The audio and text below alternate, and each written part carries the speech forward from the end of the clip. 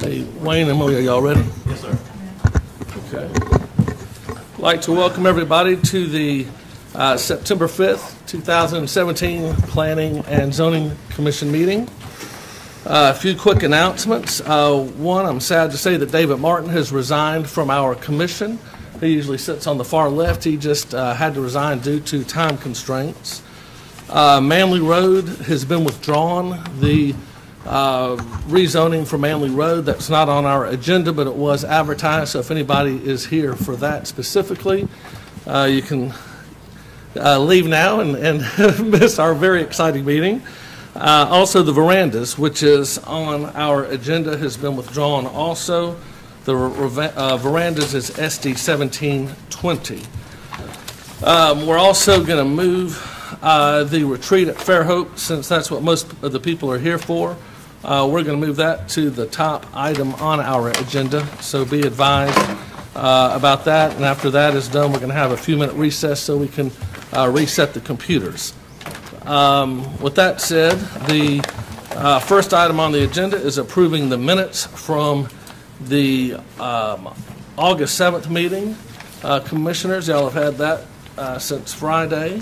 Are there any changes that need to be made? If not, I will accept a motion. I've got a motion to accept the minutes as approved. Do I have a second? Motion and a second. Any further discussion? All in favor say aye. Aye. Aye. Any opposed say nay. All right, second item on the agenda, as mentioned, is SD 17.24, retreat at Fairhope Village. Wayne? Thank you, Mr. Chairman. We're going to have several staff members present this case with different aspects of it. But first, I just wanted to kind of go over the basics of this particular application. The request is a multiple occupancy permit, which is MOP. It's in our subdivision regulations. But just to kind of give you some background, this is part of the original PUD where the Publix is located right now. It was approved by the City Council back in 2006. The current site was party to a PUD amendment from last year. It was approved in April 11th, 2016. That PUD amendment is what allowed the apartments, and that was a location-specific amendment to the site plan. With that being said, staff's review of this application was limited to the technical merits of that application of the MOP. So our job was to compare it to the MOP requirements we have in the subdivision regulations, and also to ensure that it met any of the conditions and criteria that were included in that PUD amendment from 2016. And that included the location. All those issues were decided back at the time that the amendment was approved. So our review was very, very limited to just, again, is it consistent with the subregs and also with the amendment to the PUD that was approved. And so it was a very, very technical review. Staff has reviewed that application thoroughly. Our third-party engineer has reviewed that application thoroughly, and we arrived at our conclusion that it did meet the requirements of the MOP and also the PUD amendment. Mr. Chairman, with that being said, I'm going to ask Buford King from our staff to come up and kind of give the details of that, and I believe after Buford, Mr. Larry Smith, our third-party engineer, will discuss the drainage.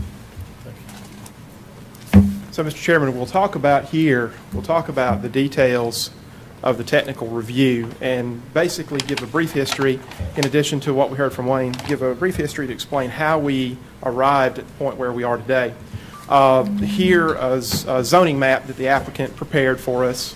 Obviously, the site in question is a PUD, a planned unit development. And Mr. Chairman, members of the Commission, you may hear us refer to it colloquially as a PUD. So if you hear that used interchangeably, just be aware of that. That's a common usage we use in describing. Let's talk about the original development case. The original planned unit development goes back to 2006. So that would have been a zoning change, 06.12, approved by the Planning Commission on August 7th of 2006, and then adopted by the City Council, October 23rd of 2006. So just a brief rundown of the original composition of the original PUD. A total of 835 residential units, and you'll see the individual breakdown listed in the bullet points below. 108,000 square feet of commercial development included in the original PUD. Now, the plan unit development was amended, in that case, also being a zoning change, 16.02. That was approved by the Planning Commission February 1st of 2016, of last year. The City Council adopted the Hud Amendment April 11, 2016. What you see in the next set of bullet points is a summary of the modifications brought out by ZC 16.02. So the overall site density reduced from 835 units to 806 units, with the most notable being 240 apartment units, and you see the various statistics right there. In addition, the wetlands and the creek buffer expanded from 30 feet to 50 feet along the south and southwest portions of the site. The next step in the project was, of course, a multiple occupancy project site plan review, and that was case SD 16.14. So let's talk about the site plan approval under an MOP very briefly here. Site plan approval is required for any project resulting in 3 or more units constructed on real property for occupancy, and we reference the subdivision regulation right there. And what we're distinguishing here is that this is part of the subdivision regulations for an MOP. So the Planning Commission has the final approval in this case. This case would not go to the City Council. The final approval rests with the Planning Commission. It was initially heard in September 6, 2016. That was tabled to October 3rd, 2016. That initial MOP site plan project, that was denied by the Planning Commission October 3rd of 2016. The major issue involving the denial was the non-point source discharge system required by the Hud Amendment. ZC 16.02 did not have a non-point source drainage system, and a discrepancy was discovered by the third-party engineering firm, Jade Consulting. They actually made that discovery on September 29th of 2016 and alerted the staff. So therefore, the initial staff recommendation was approval of the site plan approval. However, the recommendation was changed to denial. They actually verbalized it into the record upon discovery of the discrepancy by Jade. What you have here is an excerpt of the actual Hud Amendment, and the most noteworthy in this case, if you look about halfway through, the drainage system will have a non-point discharge and will release water through a header of perforated pipes that will drain through a gabion wall. Gabion stone being a stone material similar to riprap, only smaller stones about the size of your fist.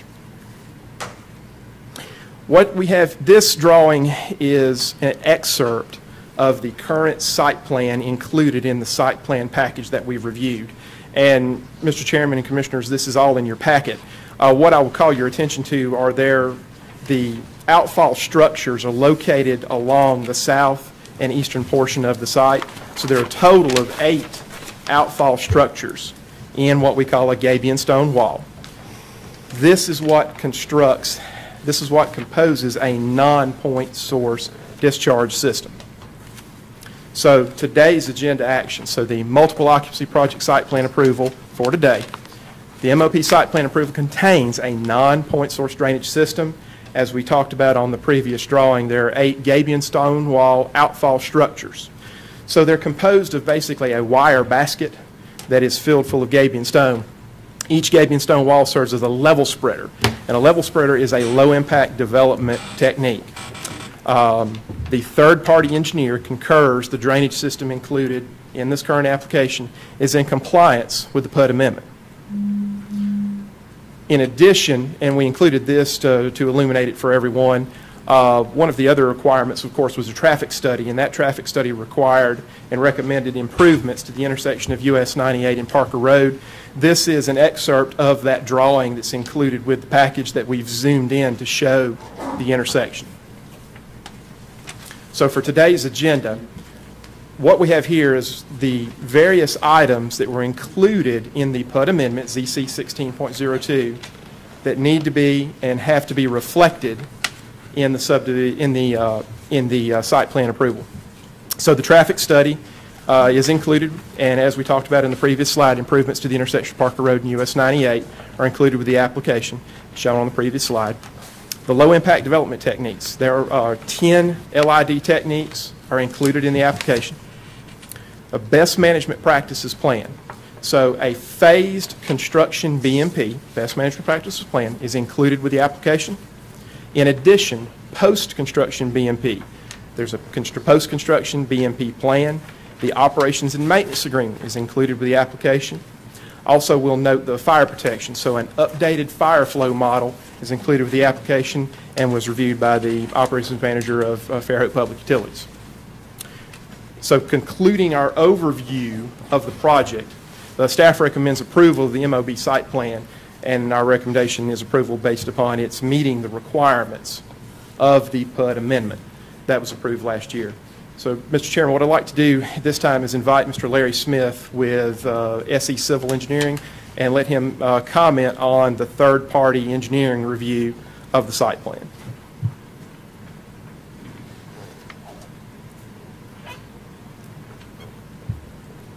Buford did such a great job describing the system. I don't think I have a lot to add. On those 8 outfalls, I also wanted to note that they are also interconnected to each other with additional perforated pipe that will allow a discharge along the entire wetland buffer. And I don't know if you'll be able to see it on there, but it's a light dashed line that's going along that entire buffer. And so, as Buford was saying, on the last time they submitted, the discrepancy was they had a single pipe connecting to the existing outfall from the Publix pond. With this system that they proposed here, it is what they are describing in the approved PUD. So when we reviewed it, we wanted to make sure the drainage calculations worked and that it also was in compliance with the subdivision regulations and the approved PUD. And per my review, they were in compliance. And I also wanted to clarify on that access point, that wasn't Parker Road, it was the right in, right out. I don't know if I said Parker Road, but that's actually the right in, right out at Publix that they'll be doing those median modifications to. So I'm here if y'all have questions. I've got a question. Yes, sir. The outfall with a gabion, you've got filter fabric that is placed where I guess you would say the ditches are dug to place your gabion baskets. Is that right? Yes, I believe so. The engineer record probably can substantiate his design maybe then more, I need to ask him. Yeah, but I can. Yes, the question I've got, and certainly in a lot of construction, whether it be in forest roads or it be in construction sites, the filter fabric is only good for a certain period of time, because eventually what ends up happening is the small fines, the fines that are carried with the water, make that an impervious structure at that time.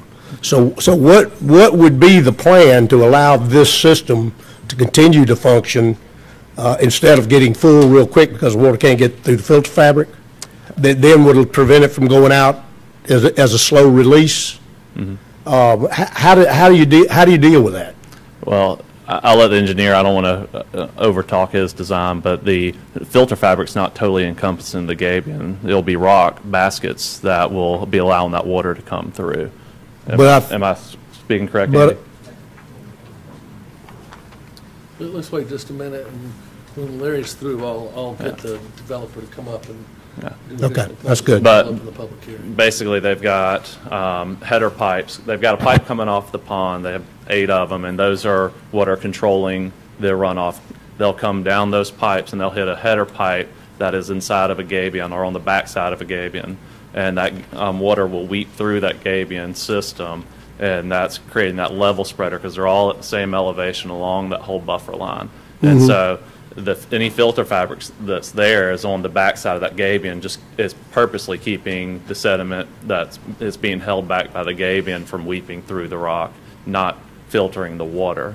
The way that they're controlling sediment is they have sumps in every single structure that's along their underground detention system in the parking lot, and those sumps will capture any sediment that's sitting in the underground detention. On top of that, they have snorkels that will catch floating debris on each of those pipes. They vary in size from 12 inches up to, I think, 15 or 18 inches. And they have snorkels that are basically like almost looks like a nose sticking over the pipe, and so when the water rises in that structure, the floating debris will not get clogged up in that pipe. Right. Well, it's worth a comment that he's absolutely right, and we saw evidence of this with the Gabion structures on the Bobby Green project, with how that sluice that comes off of the water off of 98. Yeah. And those things do fill up, and they will start to slump. And The problem is, and certainly my concern, this doesn't have anything to do with this application, but I'm just trying to understand a little more about it, but it has to do with Fly Creek. Fly Creek took a beating when the Publix was built. The amount of settlement that entered Fly Creek was tragic. The city's going to be paying that bill coming up pretty soon because they already contemplating having to dredge the harbor again. Fly Creek is the major drainage area on the eastern shore. And it is it's imperative because of the close proximity to ensure that the wetlands there are not affected because of the proximity to Mobile Bay. And we all know what the bay means to quality of life here. But anyway, that's it. Another question I had was what kind of volume will this drainage system be able to handle? Handle a 10-inch rain in a matter of 4 hours? it handles. We don't have many of those, just probably every other month. It handles the required design rain events, which I think, speaking off the top of my head, is in a 24 hours, a 14-inch rain event. They designed it by the latest NOAA Atlas model, Atlas 14, I believe it is. Yeah. And they're meeting all of those requirements, Okay. which is what's in the subdivision regulations. All right. Thank you, Larry. I have a couple of questions actually for Larry. Can You I want to ask ask him him now, now? or should we let the developer? So, Larry, we got. Yep. The gabion wall that, this is just from research that I've seen, there's now only two pieces, and they're, it's not the whole wall protecting the wetland boundary. Mhm. So it's unprotected in some of those areas. Just there's two walls instead of one wall protecting the wetlands. So I don't understand. it no longer goes the entire length of the wetlands. The actual, there's two different things. They have a gabion wall that's acting as a retaining wall, and then they have their outfall structures. I don't see in the PUD where it references there being an entire gabion wall along Just leaving the wetlands unprotected, that's something I thought was a violation. And then the water discharge on the east side through the 6 pipes that are the perforated pipes, how is that different than a point system?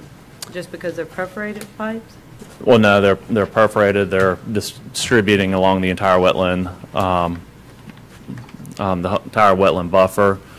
They've got one located on the west side, and then they have some in the middle, and then another one on the east side.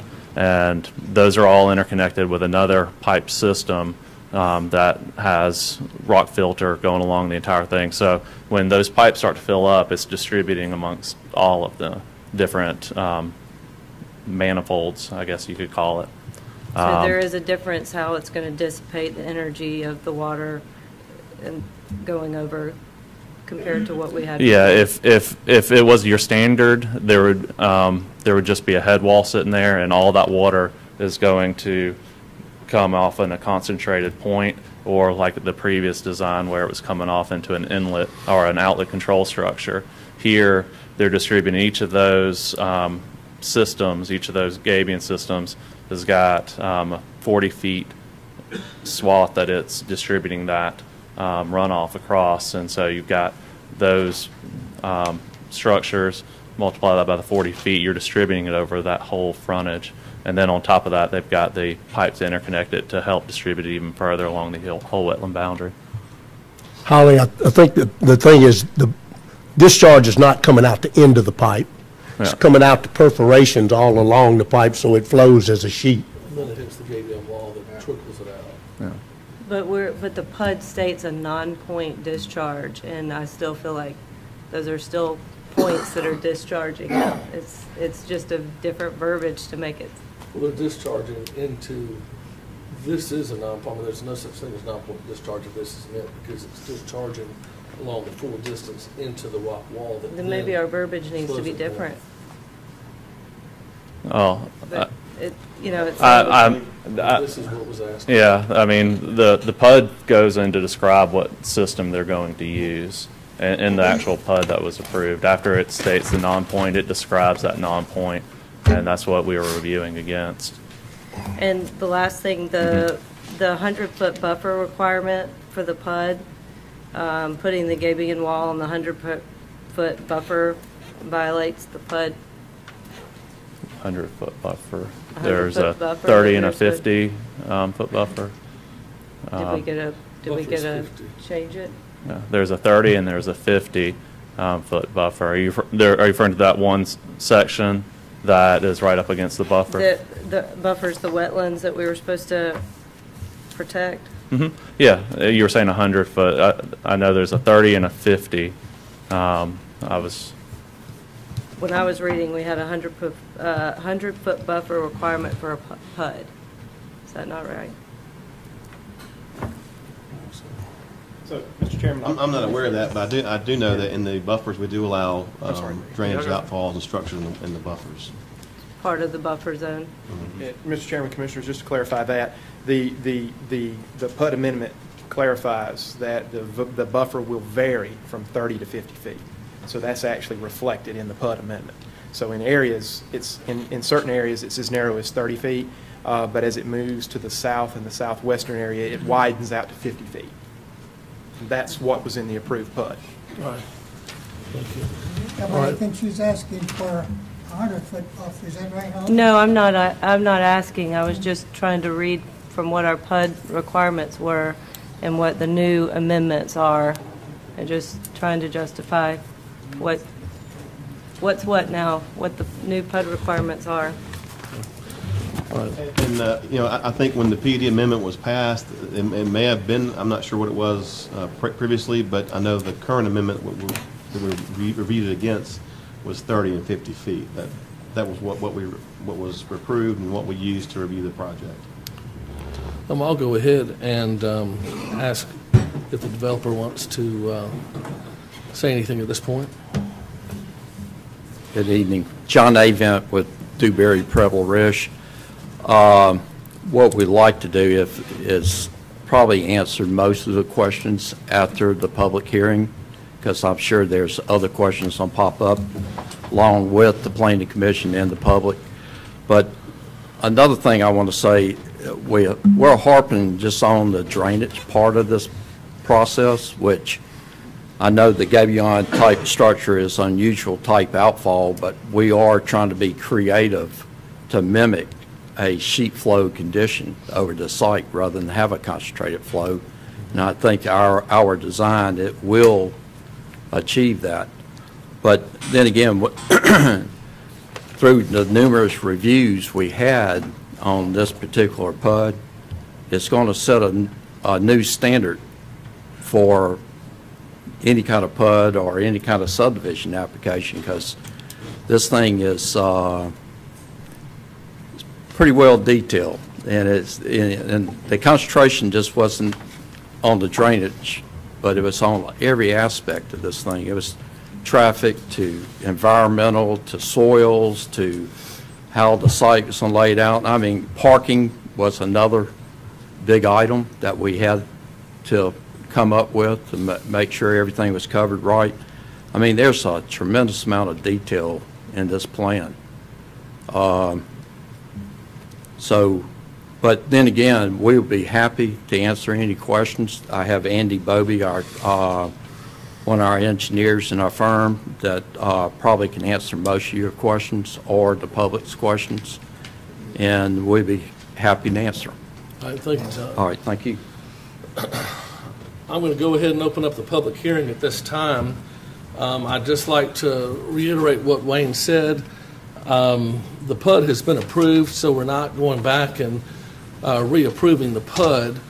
We're simply looking to see if do these drawings comply with the PUD as it's drawn. So this is not the point to say, it's going to hurt my property values, I don't want traffic, don't want apartments there. This is basically, do these drawings conform to the PUD as it was requested?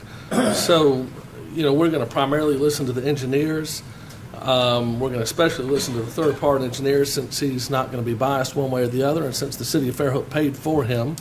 I would like to say that in most municipalities, this wouldn't even be at the Planning and Zoning Commission. A lot of people talk about transparency and transparency in different areas. In most municipalities, this would simply be a staff approval. Does it meet what was requested? Yes or no? So basically, the last time it came, I voted against it, even though I really liked the proposal because I didn't feel like the water runoff met what was requested. So this time, I think, the commissioners will vote, hopefully, based upon whether or not they feel that the, engineering drawings actually meet the PUD as required. So if you come up, please, whatever you say have to do with actually, why you do or don't think that these drawings meet the PUD as requested. Emily, do I have a sign-up sheet? All right, nobody signed up to speak, but I'll go ahead and open the public hearing at this time. If you do wish to speak, please come up to the microphone, state your name and address for Emily's record, and we like you to keep it to 3 minutes if possible. So the public hearing is open at this time.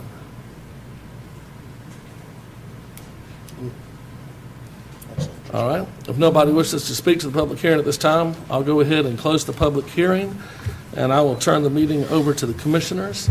I think, Andy, if you could come up, I think most of the questions will probably be directed toward you.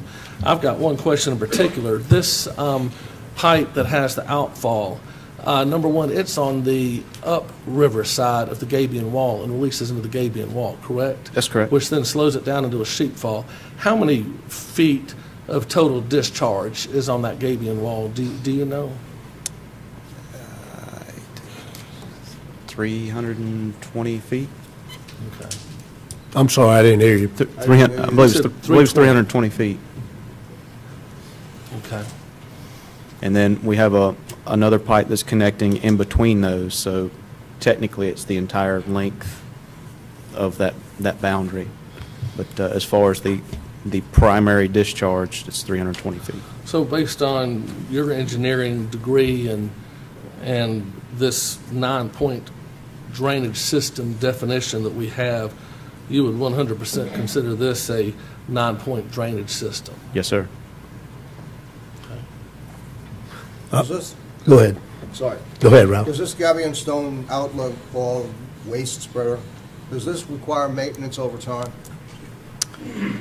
It should be self-cleaning over time. We've got it set up to where sediment, any floatables, oil and grease are all trapped in the system upstream of the outfall, so it should self-clean. There shouldn't be any sediment-loaded runoff coming through that portion of the project. So this is not something that has to be inspected on a regular basis? It will be inspected, yes, sir. The primary concern is vegetation, and that can be handled relatively easily. The other question I was going to ask, and Art wants to, I see that we have a post-construction management practices plan. I assume that's going to be for the long-term maintenance of this facility? That's correct. Whose responsibility is that going to be? That's going to be the property owner or the managing partner of whoever's going to manage the apartments. There'll be somebody that will have to inspect these pretty regularly. All right. Am I misreading this? But there's a portion of your system that's got filter fabric to be installed. Yes, sir. At what stage, at what place in the system is filter fabric? It's actually in two different locations. We've got it in the infiltration bed, where we're doing our treatment to meet the subdivision regulations. The permeability of the filter fabric is actually higher than what the ground will receive. Mm-hmm. So we don't foresee there being an issue with that filter fabric. The structures where all of our perforated pipe in this infiltration bed are set up to have a sump. The sump will collect sediment. It will collect floatable debris. It should trap oil and greases within the boxes themselves. And how will that be removed? It'll have to be pumped from time to time. Is that It's a process that's already set up in? That's correct. In part of the design? It's set up in the operation and maintenance plan. Okay, so what you're telling me is the filter fabric is not going to be in a place where it receives or will be impacted by any kind of small fines associated with settlement? Should not be. Should not be? Okay. Because usually when they are, they're only good for a short period of time, and then it's pardon the expression, but it's over the floodgate. I'll also mention, Andy, the metal baskets holding the gabion wall on White Avenue are rusting pretty badly and will probably need to be replaced pretty soon. So this doesn't have anything to do specifically with the approval here tonight, but you might want to suggest when your clients get the baskets to check, because that's going to be a pretty big maintenance ticket item down there, and sure wouldn't want to have to pay for that incidentally. Sure. Are you involved with the actual site work as the engineer? We'll be doing the site work for construction. We'll be doing inspection work for the site. Just out of curiosity and knowing this piece of property up toward Parker Road, you've got an elevation of about 100 feet, and then you've got 30 feet down at the beginnings of the wetland. So you've got a 70-foot fall. And I'm assuming, because the public site was very similar to this, there's a lot of cut and fill that was done, a huge retaining wall on the south end of it. Is this site to be leveled to that same degree?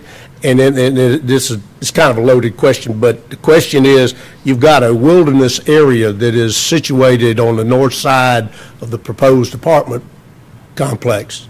That's correct. Is that, if this site is leveled, is that going to be like a plateau? That area is just north of where we have a retaining wall. Just north of where you have a retaining wall. That's correct. Okay.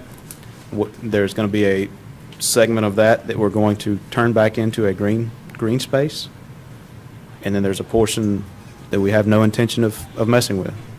But the wilderness area says that it's not going to be touched at all. That's the wilderness area. Okay. The green space will have a sidewalk, and it's going to be revegetated. But we will have to get into that area to put the retaining wall in. There's no way around that. Okay. Got it. Any further questions? I just have maybe a comment and a question to it. I don't know how you define a PUD in terms of what its purpose is, but from my limited experience in this, it seems like that there's unique features to geography that would dictate you use the site in a manner where you protect that unique feature of the geography. And I look at this and I just wonder how you come to have a site plan that basically borders the buffer of a wetland, that you would have the same requirement in any zone. And what differentiates what you have here versus what you would have done anywhere else? Thinking that you'd be even more particular about protecting the unique geography feature that's on the site by having the PUD. I believe what we have proposed is protecting that feature. If this is approved, there's a section of this that's going to be set up as a conservation area that will run in perpetuity with the property, that it will never be touched. Which part's the conservation? It'd be the wetland area. But you wouldn't be able to develop a wetland area no matter what? Technically you can. It's a permitting process, but you can. So you're doing us a favor with that, and I appreciate that. Are there velocity calculations that would indicate that the water running through the gabion, I guess, diffused outlet, that would indicate that erosion coming from that runoff will be minimized, if not eliminated? I don't have the velocity number off the top of my head tonight. The site's going to release approximately 94 CFS. We've got it broken down to where it's a fraction of a CFS per linear foot over that 320 feet that will be released. So I think the most we're going to see is a trickle coming out of rocks in the system for our design events. Will there be an event that overwhelms the system? Probably. That will probably happen. God always wins in that case. Yeah, I agree with that too. I think 1 foot per second is typically the requirement for level spreaders, which is what we're comparing this to. So we should I just be under wanted to that. see if you're done. Now, the last thing I want to ask you, can you get into a little detail about the best management practices during construction? Because I think what Art's talking about is with the Publix and what we're finding down on south section is that construction is typically where you wind up with most of the sedimentation and erosion issues. Buford mentioned that there were some specific best management practices in terms of phased constructions. Can you describe that a little bit better, please? Well, we're dealing with only a portion of the property that you've seen. Down where our infiltration bed is going to be put in, we're going to create a very large basin during construction that's going to run the full length of that property. And that's where we're going to trap sediment, debris, what have you during construction. That's our BMP for construction, and that will remain in place until we have to place our gravel and our perforated pipe in there. As far as protecting the watershed. And I've got the BMP plan, but I don't. What's the release structure for that? I guess that's more classified as a retention pond? It'll be a sediment basin. Sediment basin, but what's the release structure for it? It's going to overflow into boxes to release. But not on an open red clay site? I don't know that we have red clay. If we do, it's on site. Well, you will eventually have red clay in your construction. I mean, that's probably pretty much a given, isn't it? Your base material? We've tried to set up to where we're using material on site. So if it's on site, that's what we use.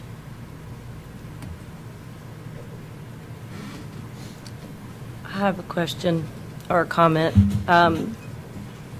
Not to be harping, but it is my due diligence for the citizens of Fairhope to not harp, but question that we don't have the velocity numbers.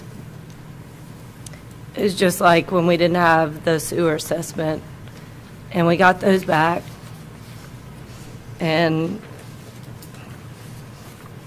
it's not good. You know, we're over capacity, and I know that doesn't parlay into this plan. But when do we say enough? I'm not sure if there was a question there. Yeah, it's a comment. It's a comment that you don't have the velocity numbers, but we're supposed to say okay. We're just supposed to say okay when we don't have everything all the time. What is the runoff? How fast is it going to go? It's in my 1,000-page report. I didn't bring that with me. The city's engineers reviewed it, and he's agreeing to it. If that's a detail that you need, we can provide that. I don't have it with me this evening.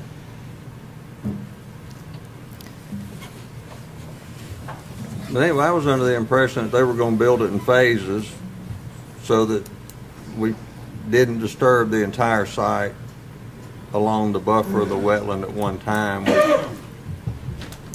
We built it building by building or something to that effect. Is that, did we misread something in the BMP plan? Or no, we are going to do phased construction. Is building by building then? We're going to work our way up the hill. No, we will have to do cut and fill, which will have a large area disturbed at one point. But we're going to phase the construction to control our And what we're seeing is phase one. Correct. So the phased approach is not for phase one, it's for the entire project. Correct.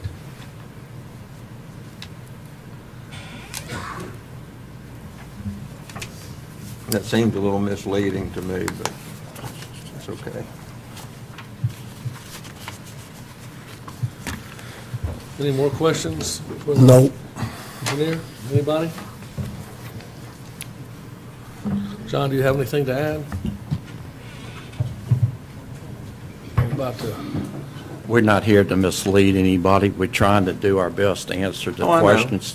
And But y'all working with the staff, and the staff kind of indicated to me that it was going to be building by building phased in to where we minimized all that construction activity, disturbance, and what we've seen lately with most of all the construction issues are where most of the erosion and sedimentation occurs. we'll cover that. You know, we still got a building permit review, Richard, along with a pre-construction meeting, and I promise you, we'll go into extremely detail on all this. So I just want to make it clear that we're not up here trying to deceive anybody. Go ahead. Hey, I'm Stuart Speed. I'm the developer working with Mr. Cordy, the landowner. Just want to add a few things. I'm not the engineer in the room, but yeah, the plan, and I don't believe anybody's, again, nobody's trying to misrepresent anything. We are planning to build, there are 4 buildings in the apartment community. We're going to build one at a time and try to get one complete, stabilize it, and then move on down the line. So that's accurate. Just back to a couple other comments. Can you speak up just a little bit? You're not following that mic. Put the microphone up just a little bit. Sure. Easily. Couple other comments. You mentioned leveling the site. The plan is not to level the site. We've tried to work with the topography. We've been very sensitive to the fact there's 100 feet here and 30 feet here, 70 feet of fall. We've tried to work with the topography of the site, and that's why we've designed it this way. These buildings are split level buildings to accommodate that fall on the site. And we felt like this, from a master planning standpoint, this was the best location for these buildings. One of the sensitivities we've had is that some people, don't want to be able to see the building. So when you put them in this location, that concern goes away. Nobody's going to see these buildings. No existing residents at the Woodlands or anywhere else, we don't believe. So that was one consideration. We also designed this thing carefully not to impose. We're not imposing on the wetlands, on the buffer, obviously, or the creek. So that was job one in figuring this thing out. We have also, Andy alluded to Conservation Easement. Yeah, we're looking into that with the Weeks Bay Foundation folks. We've met with them, and they are considering it, and we are considering it strongly, and either an easement or a donation, so that land would be protected in perpetuity, and there would be no activity there. So that's different than having a buffer. I mean, if you can say forever amen, nothing's going to happen there. That's very significant, we think. So we're optimistic we could get that done.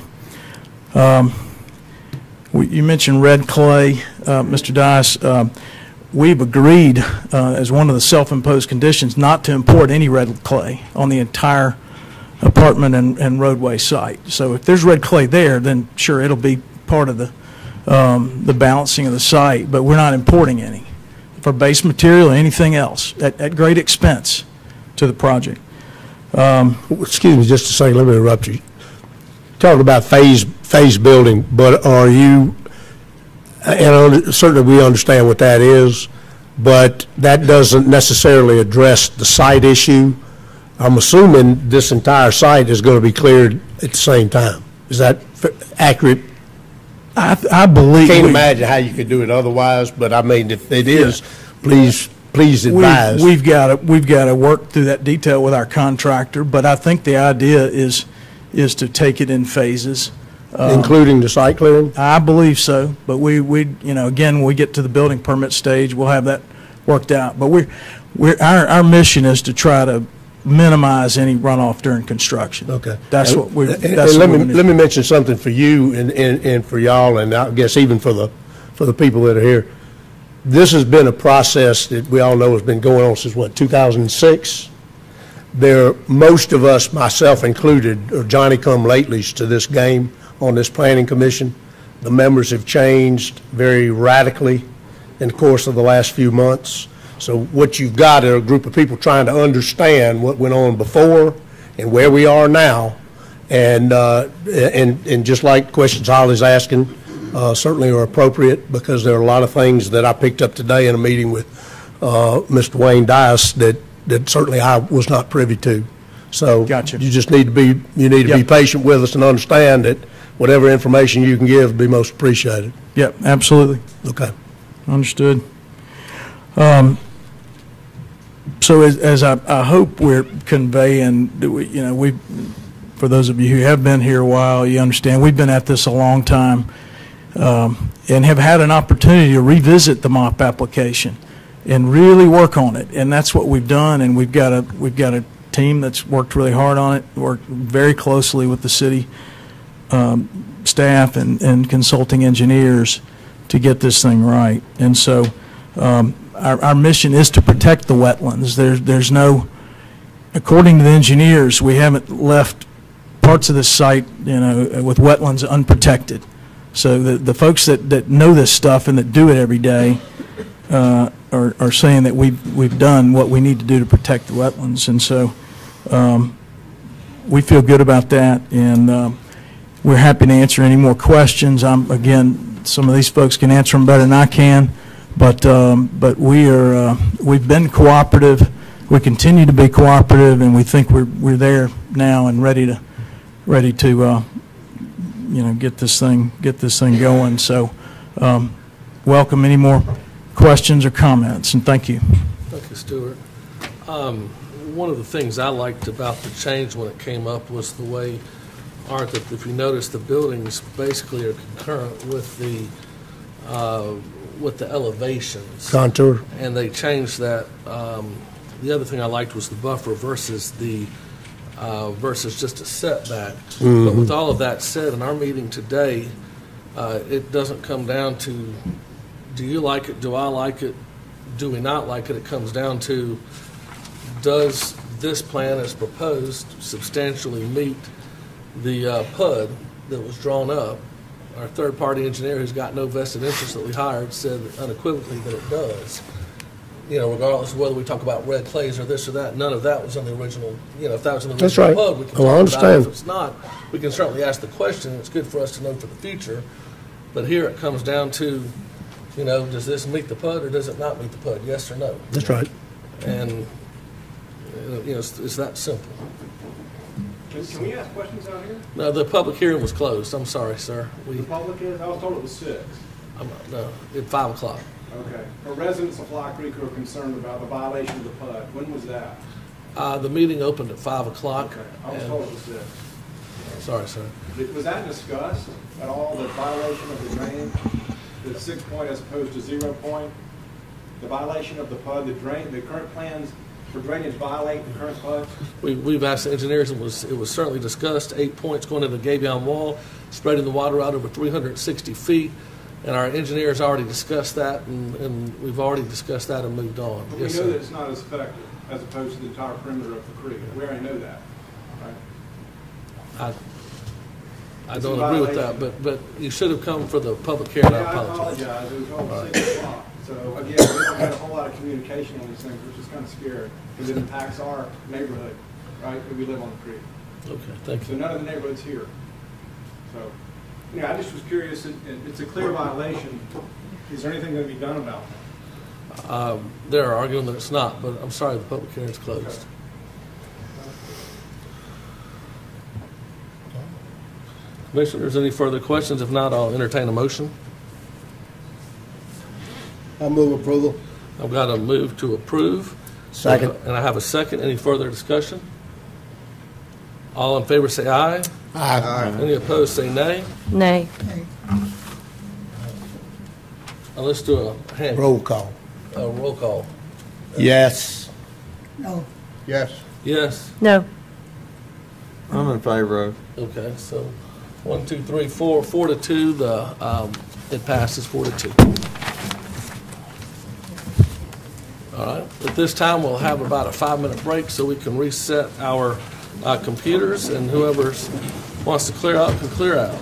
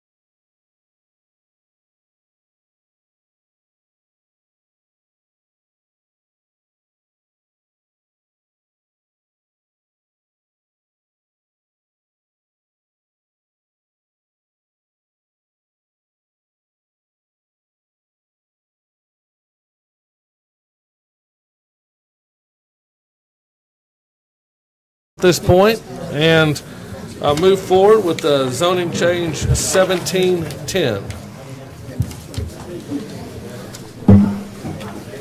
Chairman, we have this case before you. This will establish. Buford.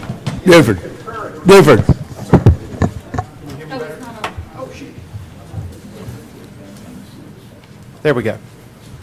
So, Mr. Chairman, the case before you right now, this will concurrently establish zoning as well as a request for annexation of the parcel B of 19870 County Road 13. And Mr. Chairman, for the Commissioners, the plat that is included with this is not necessarily a plat approval at this time. But the applicants created a plat to identify the area that it is desired to bring into the city limits and establish R2 zoning. And that is parcel B, as you see on the center of the plat. So again, the request is for bring that into the city via annexation, as well as establish initial zoning, because it's currently unzoned Baldwin County. And so, Mr. Chairman, the staff recommendation is for a conditional approval. Annexation of the subject property to the city of Fairhope is adopted by the city council. One condition of approval. The other is the administrative approval of a common lot line movement of parcel B and C to unify the two parcels into one parcel under the tax parcel ID is listed there. And as we stated, Mr. Chairman, the recommendation is for approval of those two conditions. And Tim Lawley with HMR is here to address the commission with any engineering type questions for the request. Thank you very much. This is a public hearing, so I'll go ahead and open the public hearing and then call Tim up at that, if that's all right, to answer any questions we have after the public hearing is closed. Does anybody wish to speak to this item? No one's on that. Okay. Anybody? In that case, I'll close the public hearing. Commissioners, do you have any questions to the engineer? Tim is here. If you've got any questions for him.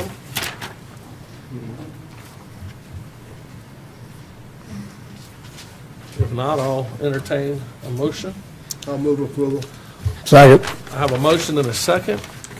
Is there, is that approval subject to the staff recommendation? Yes, subject to the conditional approval, subject to the conditions as outlined in the staff report. Okay, I've got a motion and a second. Any further discussion? All in favor say aye. Aye. Any opposed say nay.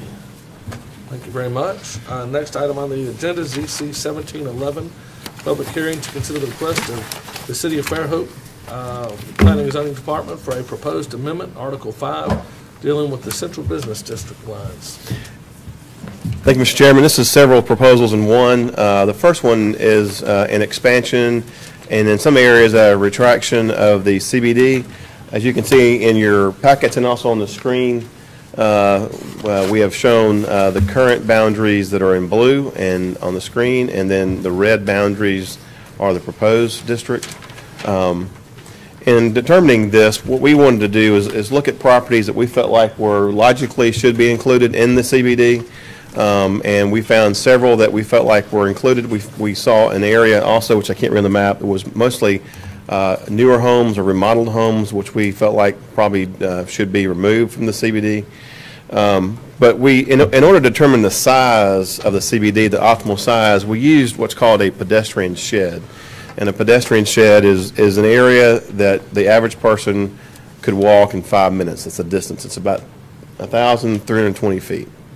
And so, as you can see in your packet, we sort of applied that pedestrian shed over the CBD and having the intersection of Fairhope Avenue and Section Street being the center. And what we found is that the area we have proposed for the CBD, all the parcels adjoin this pedestrian shed. So we feel like it meets that criteria, which is the pedestrian shed speaks to the walkability concept, which is very important to the village concept that the city of Fairhope has developed over the years. This walkability, again, is defined through the pedestrian shed. So we felt like it met that criteria, but also, so we feel like that all the proposals we made as far as the size are consistent with that pedestrian shed, which furthers, again, the walkability of downtown. Also, we're proposing to make a slight adjustment to the building height. Currently, it's 30 feet and 35 feet for mixed use. We feel like that we've had a lot of feedback in my time, and I think even previously, where many times that 30 feet lends itself to a building that's not architecturally pleasing. And by going to 40 feet, you would allow higher ceilings and a little more architecturally pleasing Wayne, building. if I can interrupt you for 1 second, can I open, Emily, a public hearing for all of these items at once? Okay. Cool. And so another part of our proposal is, again, to increase the height to 40 feet in 3 stories, so you couldn't go above 3 stories at all, but there would be 40 feet, which is about 5 feet taller than the current 35 feet that's maximum downtown. We feel like that that is in keeping with the height to width ratio of the right-of-ways. Many times if you get too tall buildings, you have a closed-in feeling. But again, with the height to width ratio of downtown and the right-of-ways and the buildings, that's in keeping with more of a village style, village feel. And so we feel like that the height would not detract from that aspect of it, of the village feel downtown. And then lastly, if you're going to do mixed use right now, you're required to provide parking on site. Obviously, downtown is very constrained. Most parcels don't have the ability to park on site. We would like to encourage more mixed use, which again aids the walkability concept. And so in order to do that, and to encourage more mixed use, we would like to remove the requirement that you have to provide parking on site in the CBD. And utilize the parking deck and others. And so I'm going to ask Ms. Sherry Lee Botop to come up and also describe some of our plans on how to better utilize the parking and the parking deck specifically, because it is very underutilized at this point in time. I'll ask Sherry to come up. That's still under 1712, right? Right. Hi. Sherry? Hi. Actually, no. That's 11. 11. Go 11, The okay. building height definition of 1712 is a totally different agenda item. Okay, got it. So we're all 17 now. Thank you very much. I'm sorry. Hi. So to proactively just address some of the concerns about traffic and congestion downtown, I think I might need bifocals. We applied for and received approval for several grants. One of these is it will fund wayfinding signage for downtown. We do have a comprehensive study from Neil Schaefer, a traffic study, that gives us recommendations to implement a lot of different things in phases. There's a downtown portion of that study. That study to implement all of those recommendations for downtown is millions of dollars, but we didn't want to wait until all of that was budgeted and we were able to implement all of those things. So there are things we can do now. One of those is providing that wayfinding, which will help relieve some of the congestion just literally by providing people with some direction, especially people that are here from out of town. The other thing is we did get a grant for making vast improvements to our parking deck. Putting a Bratz hub also at the parking deck so that people can park in the deck and ride Bratz, but also because we have also applied for and have initial approval for 2 electric vehicles that will shuttle people around to different sites around town, and we'll work with Bratz and Neil Schaefer and the planning department to determine where those sites are, but that will help alleviate some congestion as well. The wayfinding will direct people to that parking structure too. I've talked with people who have lived here for years and didn't know it was there. I hear that all the time. I lived here for years before I knew it was here. So those are some of the things we're doing. I think the signage, people will take the path of least resistance. So I do want to touch on the fact that AlDOT has the light synchronization program going. It's gathering data right now on 98. People will take the path of least resistance, and I think right now people are using section and other roads to avoid 98 because of the lack of synchronization of our lights. So hopefully we'll see some relief from that as well. Is there anything else? Okay. Excellent. Thank you. That's great work. At this time, if I could just mention, what our whole idea here is trying to increase the walkability downtown with a mixed use. Maybe trying to see some revitalization, maybe some newer structures. We feel like if you have mixed use downtown, and you have people downtown, it's much more vibrant, much more active.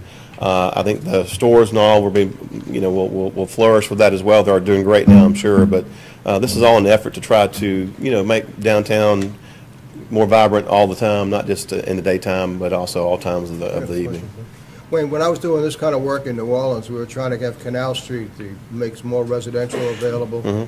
We found out the building code almost completely had our hands locked into handcuffs. Right.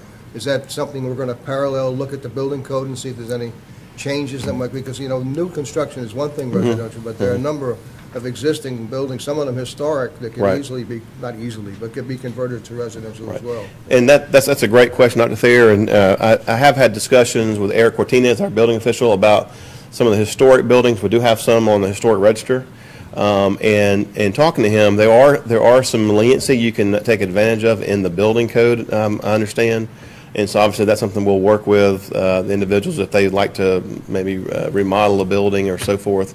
We'll definitely want to work with them to do. We want to keep the historic architecture and historic buildings, and so we'll definitely work closely with them. But you're right, that is a problem. We see it in Mobile as well. But something we can definitely look at. But again, I think our whole goal is to increase walkability and also increase more vibrance downtown. You know, and I outlined in the memo that downtown is, you know, we have Greeno Road, and we have the Village at Greeno Road, and also at Publix, and also at 104. And downtown is more of a cultural civic center of the city. It's not going to compete with Greeno Road or any places like that, but we do feel like we can maybe further expand opportunities downtown by increasing the area of the CBD, and also again try to encourage more revitalization downtown. So that was kind of our whole goal and purpose behind this amendment. Thank you very much, Wayne. I did a great job on this.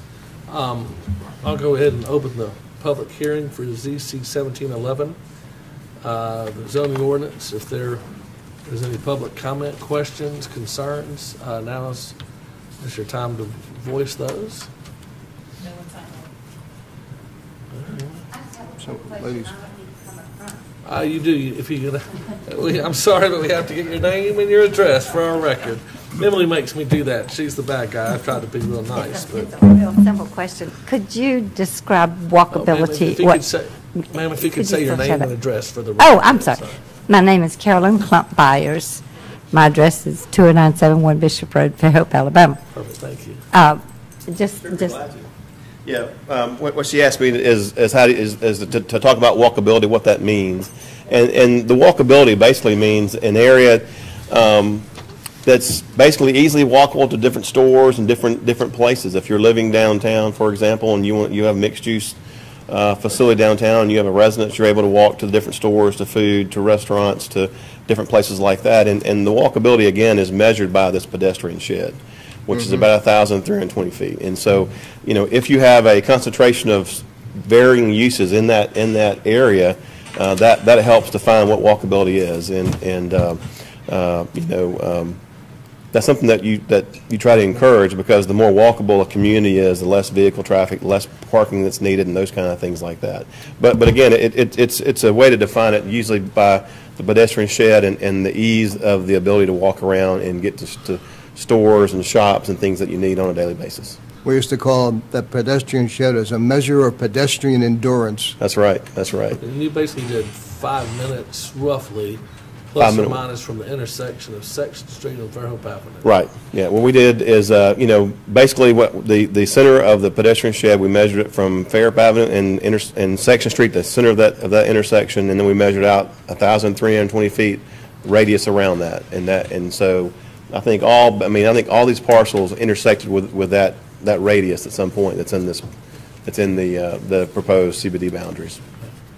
You know, and walkability goes to sidewalks. It's a lot of other factors that go in that. You know, if you don't have sidewalks and it's not walkability, like there's some places around that we've been to, you see, and you may have stores and you may have residences, but you can't get across the street because there's no sidewalks or it's a 4-lane highway.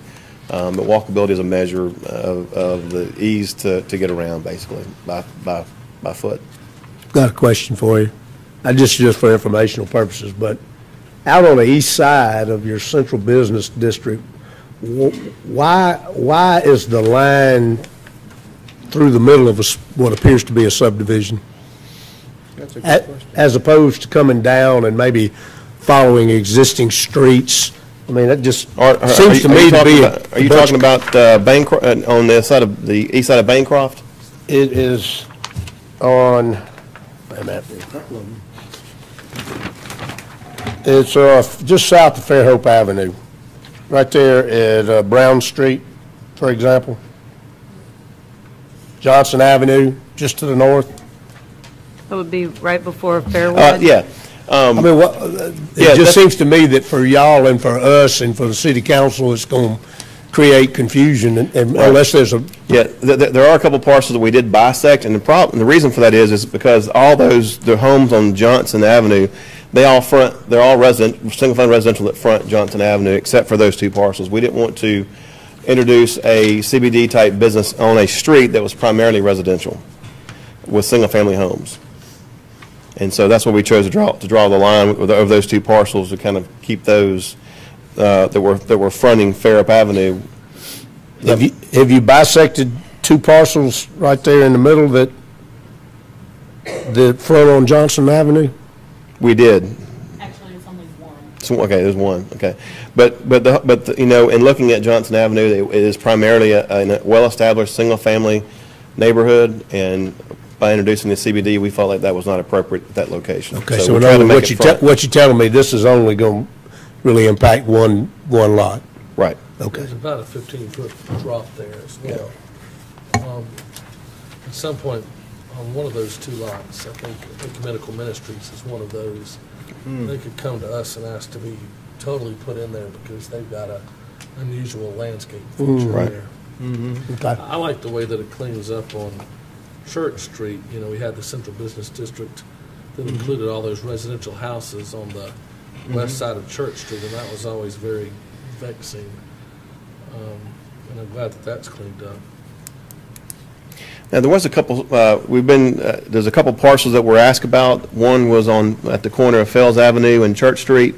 So there's three parcels that we did not include. There's a little jog there. I believe that they may be residential or maybe could be potentially a good candidate for the CBD. We'd be glad, if that's the Planning Commission's will, we'd be glad to make that amendment before it goes to City Council if we do get a positive recommendation for that. And then also up on the Quality Street, kind of across from City Hall here, there's one parcel there too that was mentioned to me about potentially including that one. And then also Barbarella's right next door to the Methodist Church. Right south of Morphy Avenue there. That's on Morphy as well. Yeah, and all those are zone commercial B2 general business district too. Maybe they stay out, but 306 is a commercial. Right. Next door, that's the jewelry store there. The public hearing is still open, by the way. Does anybody else wish to speak to this item?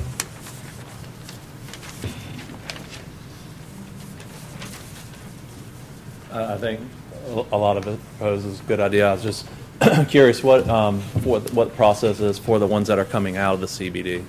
I've seen Wayne's showing it to me, and it was just, as I'm sitting here, I was sitting there thinking, for those properties that are coming out of the CBD that once thought they had something, is there a notification that they have to go through, or what is that process?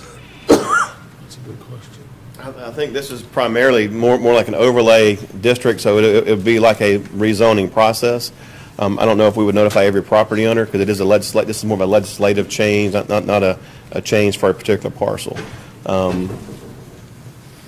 So from that perspective, I think that the typical notice you put in the paper, the ad, those kind of things, I think that satisfies the notice requirements. That's a good question, Larry. That's good. Any more questions? In that case, I'll close the public hearing. And Wayne, are you looking for us to make a recommendation to the City Council to approve this zoning ordinance? Yes, sir. Looking for a recommendation. And if you'd like us to include those parcels we discussed, which I think they all would be in keeping with it, I would be glad to put that in there as well.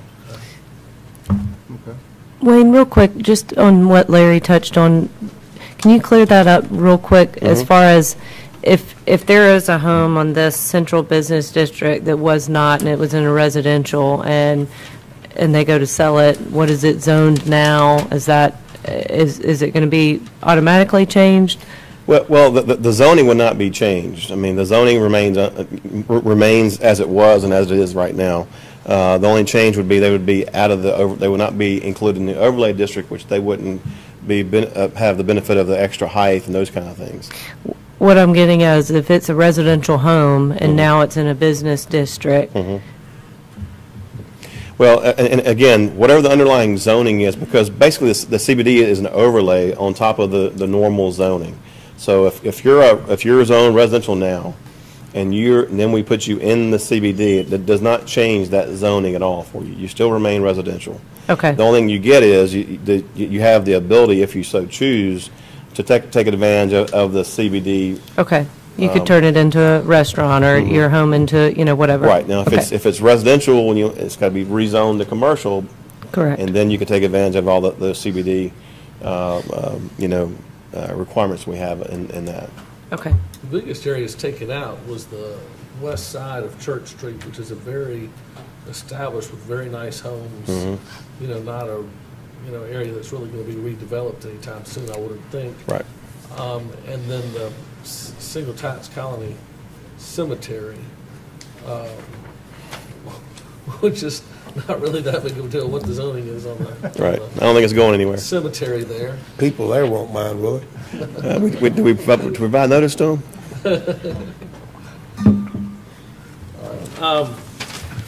Anybody, I guess, if anybody else wishes to speak to this item, if not, I'll go ahead and close the public hearing. Oh, I think I did close the public hearing. Commissioners, any further questions, or would somebody like to make a motion to recommend this to the City Council? I move that we recommend City Council approval of this. Second. Okay, I've got a motion and a second to recommend Ordinance 1253 to the City Council. Any further discussion? All in favor say aye. Aye. Any opposed say nay. All right, next item on the agenda is ZC 1712. Thank you, Mr. Chairman. This is just a slight alteration to the definition of building height. As you can see in your memo, I have the actual amendment, strike through underline version. Strike through is the part we're removing. Underlining is the part that we're adding, and we're basically just adding to the mean point of the roof of the building, and we're deleting at the front of the building to the highest. And this is something that Eric Cortines and I have worked on and discussed. Right now, the building height being measured from the front, sometimes on sloping lots, limits the building and the architectural appeal of the building. And so it's a bit unusual definition. I think the definition that we have now is more in keeping with the typical building height method of measurement that you typically see throughout the United States and in our area as well. And we do recommend approval. I've heard a lot about that.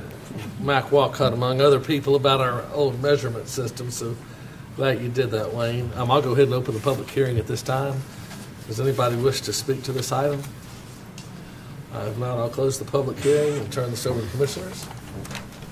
I move we recommend City Council approval of case ZC 17.12. Second. All right, I have a motion and a second to recommend ZC 1712, Ordinance 1253 to the City Council. Any further discussion? All in favor say aye. Aye. Aye. Any opposed say nay. Mr. Chairman, next one is the the Education District Amendment. What we're proposing is to add a new district in our zoning ordinance entitled Education District. This is just trying to maybe better define some of the uses we have in the city and identify those ones that are education related or owned or have been used educationally. And again, this is just merely trying to get those grouped together and better define those. Nothing more than that. Bless you. And as you can see in your packet and your memo, you'll see the strike through underline version, the same process we did earlier. We did, and then we added a few definitions of what public use was, I believe, and also what quasi-public use was, to help better define the purpose statement we put together for that. And I'll be glad to answer any questions you might have. Thank you. Question. You want to open the public hearing? Go ahead. We'll go ahead and open the public hearing first, and then would anybody have any questions about ZC 1713, Education District? If not, I'll close the public hearing at this time. Dr. Thayer? I don't disagree with it, but what's the rationale for putting an elementary school in a mobile home park? Let me go back and look at that. I mean, I think of those places as not necessarily having the same kind of permanent infrastructure that, you know, an elementary school might require. Right. I just, you know, I don't have any problem with the others, but that one seems to be sort of an outlier. Yeah, that's something that we'll go back and review and look at. What's that? Yeah. Mr. Dr. Thayer, I think that what Emily's saying is not included. Let me see, Emily, it's R6. Except the following. Oh, yeah. Permitted under special exception. Yeah. We can, if it's a wish of the Planning Commission, we can certainly look at that and remove that. Reason for it. Yeah. I don't recall. We did this prepared a couple weeks ago. I had to go back and look at my notes and see.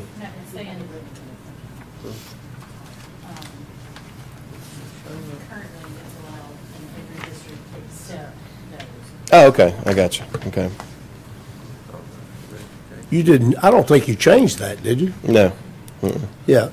Ralph, it was that those four on the front page, the memo, those were four districts that they did not allow educational facilities. Right. I'm sorry, you're right. Yeah. And you know, our whole goal was trying to better define where they go, where they can go, and where they're at. Basically, that was the whole purpose of the amendment.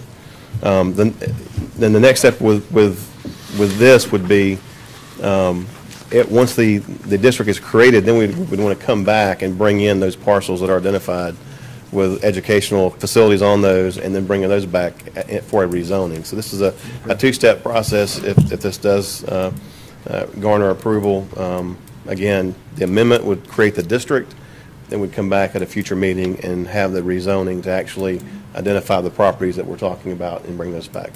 Would this be relevant to a church school that's on a church campus? If it's not associated with a church, that would stay within that church use. Because my question is, if it's not going to be relevant to a church school, you know, on a church campus, and if it's not, you know, the county is not subject to the city's zoning requirements anyway. So if the county is exempt in a school on a church, you know, a church school is exempt. I mean, we're kind of making this ordinance if, you know, if somebody wants to start the first private school in Fairhope, which we don't currently have. We do have some properties around town that were once used as schools, but are no longer being used as schools. And I think that's you know, maybe trying to get a better handle on those as well. So. All right, commissioners. I move that we recommend the City Council approval of case number ZC 17.13. Second. Okay. I have a motion and a second. Do I have any further discussion? In that case, all in favor say aye. Aye. Any opposed, say nay. That item passes unanimously. Next item is ZC 1714. Thank you, Mr. Chairman. This is the last amendment for tonight. So currently, the current ordinance has an accessory dwelling unit component to the ordinance. However, as you can see in the second page of your memo in the strike-through underline version, it doesn't allow kitchens and electrical wiring or gas supporting kitchens are prohibited. So you're basically not allowed to have a kitchen, which means you don't have a dwelling unit, because in order to be a dwelling unit, you got to have a kitchen to be a dwelling unit. So you don't have a dwelling unit. Accessory dwelling units are very common, very popular, because it does provide a number of I believe, benefits to the city. And in the memo, we outline some of those. Maybe aging in place facility, maybe bring in elderly parents want to live next to their children, for example. Maybe having a place for, as one of your children are moving into the workforce, but not quite enough yet, they have a place they can be independent, living in an apartment or a accessory dwelling on your property and so forth. There's many what I believe are benefits to having accessory dwellings. And so what we've added here in your memo is we've stricken through the part that mentions the kitchen, not allowing a kitchen and baths and those things, and we've kind of made it more typical of the accessory dwelling you'd find in most cities in our area, and I believe most cities in the United States. We do specify that the accessory dwelling, the primary dwelling, which means the principal dwelling, must be occupied by the homeowner. Now, so they have to live there on the property, and now they could rent this accessory dwelling to someone else, but it has to be owner occupied on that property. And so again, we feel like this is a way to help even increase some of the housing in some of these areas. You still would have to comply with the current requirements as far as where they go and where they can be placed at in the backyard and all those dimensional requirements that we have. And so that's not changing. We're just merely changing the way we define what an accessory dwelling is and what you're allowed to have in it. And so basically what we're doing is we're basically putting the dwelling unit back in the accessory dwelling unit provisions we currently have. All right. Thank you, Wayne. I'll go ahead and open the public hearing at this time. Would anybody wish to speak to this item? Nobody? In that case, I'll close the public hearing. Wayne, I don't know exactly how many years ago, but Gary Moore did what I thought was an absolutely incredible, detailed, they met in committees and came up with an accessory dwelling ordinance.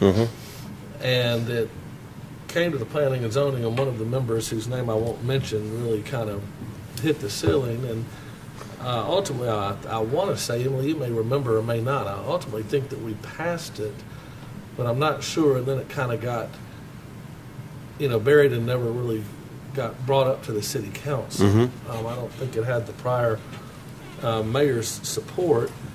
But the concerns that we have had with the accessory dwellings, and the reason that this came up at the time, was that a few people over in the Bluff District were renting these, and they were having wedding parties in them, and or they were renting them to people, 12 people on bunk beds, and people were drinking until 2 in the morning after a wedding, even though it was residential, and there were some concerns about it. Now, what Gary came up with and really did an excellent job is he basically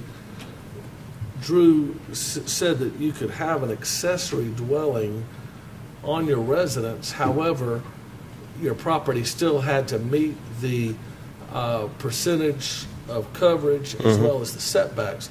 And what we're doing now is we're not requiring the accessory dwellings to meet the setbacks, so people are building houses right up on the property line, and then after, Eric comes by and does the inspection, they're adding the shower and the toilet. And, I've heard a lot of things. I've had probably 50 people ask me how on, White Avenue there's a dormer window, over the sidewalk. But I guess my question is, if we're going to do this, I really think we should require the accessory unit, whether we require it to meet the footprint or not, we really need to require it to meet the setbacks, which we currently don't. And in what the concern that one of the commissioners had was that all of a sudden you were going to add another unit to every single accessory unit, every single house in the fruits and nuts in the Bluff District.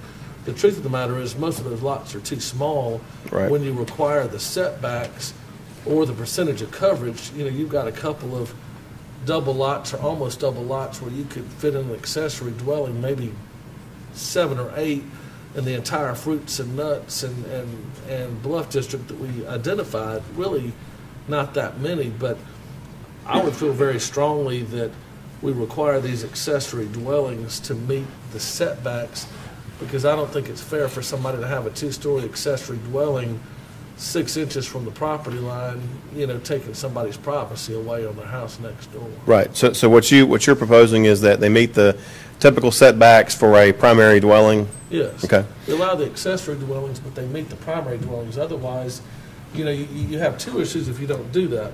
One is a legitimate accessory dwelling that somebody's renting for the weekend, that people are out, till 2 in the morning, basically on a deck touching somebody's property line, making noise. The other issue is, people that want to avoid the setback on their primary dwelling simply connect with some kind of little breezeway they later close in. Right. And call it part of their house an accessory dwelling just Right. because they want to go lot line to lot line. Right. Let me speak to one issue real quick. I'm reading you from number 6 from our proposal, C6. It says the occupants of the accessory dwelling must be a single family as defined by the term family in Article 9 of the zoning ordinance, and are only permitted in allowable zoning districts. And a short-term rental, I think, is stretching the definition of single family. So if we had short-term rentals on a weekly or a daily basis, that might something we would want to look at from the standpoint of the accessory dwellings when you describe these wedding parties and so forth. And also, I would like to also mention that, again, has to be the primary dwelling has to be owner occupied, so you'd have somebody on site who lives there who should be managing those, at least watching over those. But we can certainly make that change if the Planning Commission desires for that setback. There's no problem with that. We can do that. Mike, you had a... Lee, I think that's a good idea. I mean, that makes a lot of sense. I do. Your intent of getting higher density and more use and more dwellings goes away when you make it match the primary building setbacks. Accessory uses it's a constant issue about how to fit an accessory use. There's a famous case a couple of years ago where the accessory use was bigger than the primary dwelling, and that went to court, and they redefined that you have to have a primary dwelling and an accessory to that. I think if you relegate this new type of housing to being within the primary building setbacks, you won't get as many of them as you think you are. They work when you can do them as accessory uses. The rental thing, I think, is taken care of with the R2, that you can't do short-term rentals. That's just an enforcement issue, I think. You can't do nightly rentals, I don't think, in Fairhope in an R2. So I think that takes care of that. I was just saying the background of where all of that came from. No, but I'm saying that's an issue that I think got taken care of when it's hard to enforce. The question I had is if the front house, the main house, is a rental, what's the back unit? What's the disposition of the accessory dwelling? I don't know what the thought is. I think we address that when it says the principal dwelling unit located on a parcel or land containing an accessory dwelling shall be occupied by the owner. So you couldn't have two rentals. Right. Had to be owner occupied. We should watch it. But the other thing is, it's a double-edged sword when we talk about wanting to, infill. We also talk about water runoff and water retention and covering every single inch of every single lot. So, I don't think every lot in Fairhope needs to have an accessory unit personally, and I really think they ought to hit the setbacks. If I lived in Fairhope, I don't want somebody building right on my property line if I'm 10 feet off of it, and I just don't. And I live on 10 acres, so I'm just saying if I, lived in Fairhope, and that's where I've heard most of the issues and the complaints are, people, building over property lines and people using that as a get around, actually the accessory is part of their main house, and they're just getting around the setback. Certainly it doesn't, I agree with Lee, it doesn't make a lot of sense if you're going to require the primary structure and then for just basically that purpose, and then turn around and allow an accessory structure to do something that is not even remotely acceptable for the primary structure. Makes no sense whatsoever. Typically, the fire issue. What if you have two? Right. Somebody builds an accessory structure here, an accessory structure here. We're going to require a 2-hour firewall on the accessory structure, like we do in the central business district, or we're just going to let two wood frame houses set up next door to each other? Well, the building code would come into play there, and that's when the building department would apply whatever the fire code required them to. I will tell you, it's typical to have reduced setbacks for accessory dwelling unit. I think Mac's right. If you had the typical setbacks for primary dwellings, you won't have as many. However, I understand the concern regarding the site and how you can get some crowding sometimes. And again, I think staff will be happy to move forward whatever the Planning Commission desires. But I do think that it's typical to find those reduced setbacks because the accessory dwelling is typically secondary or subservient to the primary dwelling, and it's usually smaller. So you're not talking about a giant. Usually. And one thing I just sitting here thinking about this, if we want to put in a certain size, I've seen that before, where you can put a maximum size for accessory dwelling unit, you can do that. You can put a percentage of the primary dwelling size, you can do that. That's common to see. There's a variety of things you can do if the bulk and the size of the accessory dwelling is a concern. There's a variety of things we can add to add that protective measure for that. Does the first structure, is it defined as a primary? Typically, the primary dwelling is, Can there's the certainly, primary dwelling is typically maybe Lou brought defined. it up. Can it be a flip-flop that you build a monster behind one of the small units in the fruit and nut section, and then the owner moves into the big one, and Right. You've had that where people have lived in the That's exactly accessory right, and exactly. rented a large house for their income. Typically, the larger residence is the primary. Now, you do, I think accessory dwellings has in the rear yard components to it and things like that for the accessory dwelling, but typically, when you look at primary and accessory, primary is the larger single-family home, accessory is the subservient in size. Mr. Chairman, I think we're getting in the weeds here. I'm going to move that we table this and we give it some consideration.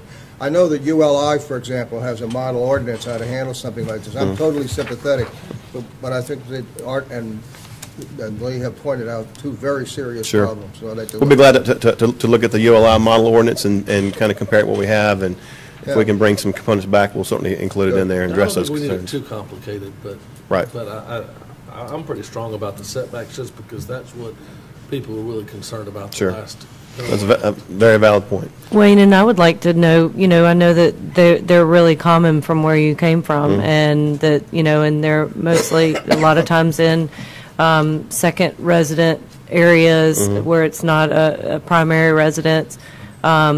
So, we can look at those things too when it is a primary residence and it is an accessory dwelling opposed to, vacation homes with the accessory dwelling, because I'm thinking of VRBOs and Airbnbs, which we have around here, and this is a destination, and so, and that is a source of income that we're getting and, promoting our tourism of our area, but, doing it in a protective manner.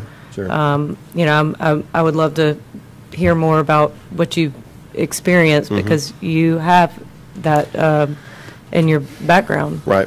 And honestly, the short-term rentals are great for the economy. I mean, those are the people that are coming in and eating at the restaurants. I don't have a problem with that per se. I'm just telling you kind of the history of the two issues that stimulated, that research to be done. If there's some way to put short-term rentals, with some sign, Those wedding partiers are also spending money too. But anyway, I've got a motion to table. Do I have a second? Dr. Thayer. And I've got a second. Any further discussion? All in favor to table, say aye. Aye. Any opposed, say nay. Motion passes unanimously. Next item is SD 1719, public hearing to consider the request of SC Civil Engineering for the approval of Van Antwerp Park subdivision, a two-lot replat.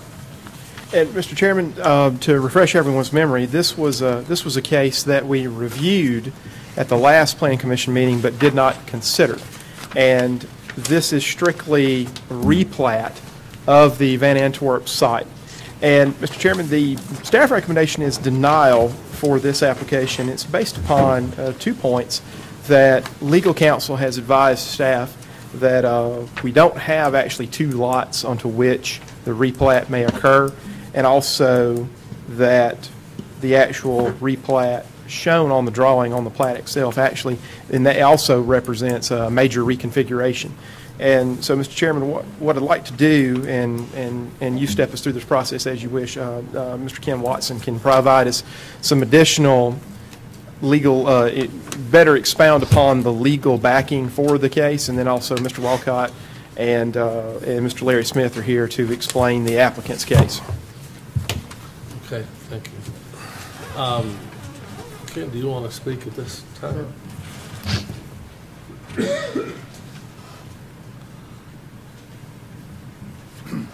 As y'all may know, a replat is first by definition a subdivision, but it's supposed to be of such a minor nature. It's defined to be lot line adjustments that create no additional lots.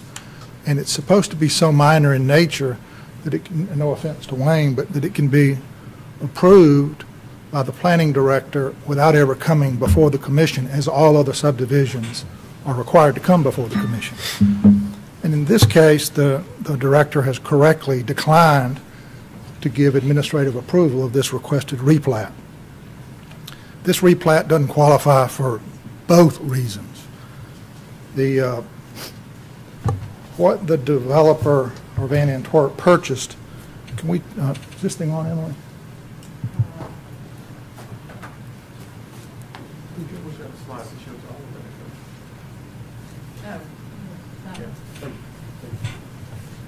What? That's the slide. No, I want to use this thing right here.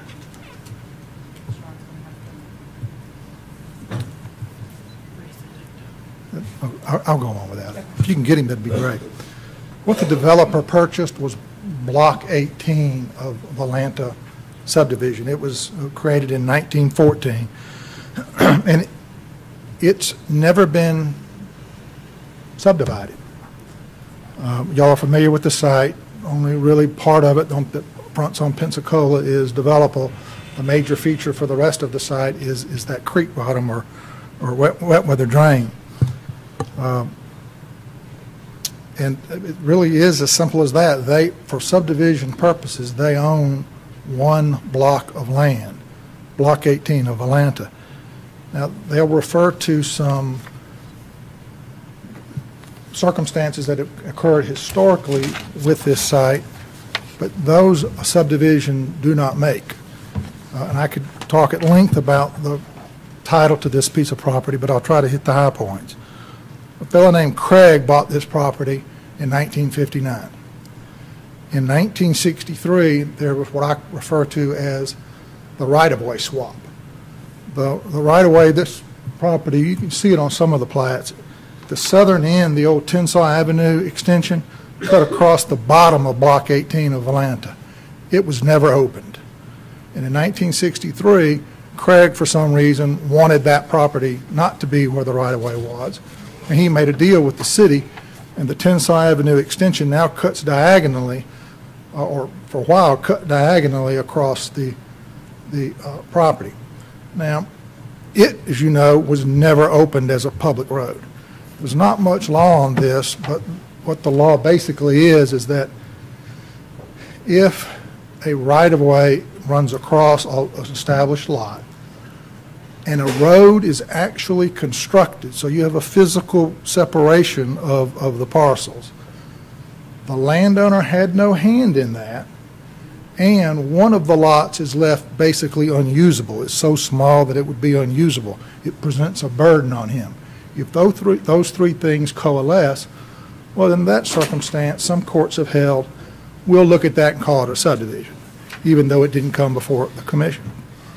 Well, here, no road was ever built. The landowner at the time asked for that relocation of the right-of-way, and it didn't leave him with one unusable lot. So the events of 1963 didn't create two lots. And perhaps the best evidence of that is in 1970, Craig conveyed this land to a fellow named Harold and others, and he conveyed it as Block 18 of Valanta. He described the property on each side of that right-of-way as remaining to be Block 18, subject to the relocated right-of-way. Then we jump forward to 1976.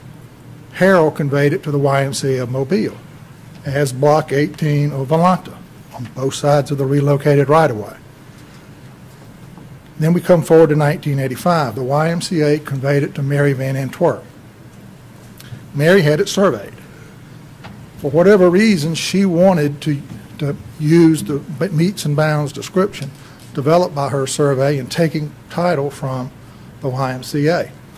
And that's the first time we have parcel A and parcel B of Block Valanta. Now, of course, we had subdivision regulations in Fairhope in 1985. That occurred in 1985. We had subdivision regulations. We were approving plats. She didn't come to the commission and get a subdivision approved. She simply took Block 18 of Valanta in two meets and bounds descriptions, one on each side of the relocated Tensas right-of-way. But she did something else. She went to the city and got the city to vacate or quit claim to her that relocated Tensas right-of-way. So by that conveyancing in 1985, she got Block 18 of Valanta free and clear of the relocated Tensas right-of-way because she got it back from the city. And then what did she do? She didn't do anything with it for 30 years. It went into her estate. So the point is, you would have to impute to Ms. Van Antwerp the intent to make an illegal subdivision for that form of conveyancing to be accepted as a subdivision. So fundamentally, the conveyancing history and the use of this property just doesn't support the position that legally, for subdivision purposes, they already have 2 lots. They have 1 lot. And by this replat, they're creating a second lot, and that doesn't qualify as a replat. The other reason this replat, I respectfully submit, doesn't qualify is it's supposed to be a lot line adjustment. You can see from what's in your package. Is this thing on yet, Emily? No, okay. Well, the 2 lots they say they have, the terminus of the lots are on Pensacola Avenue and Mobile Street. And Railroad Avenue. It's just upside down for us.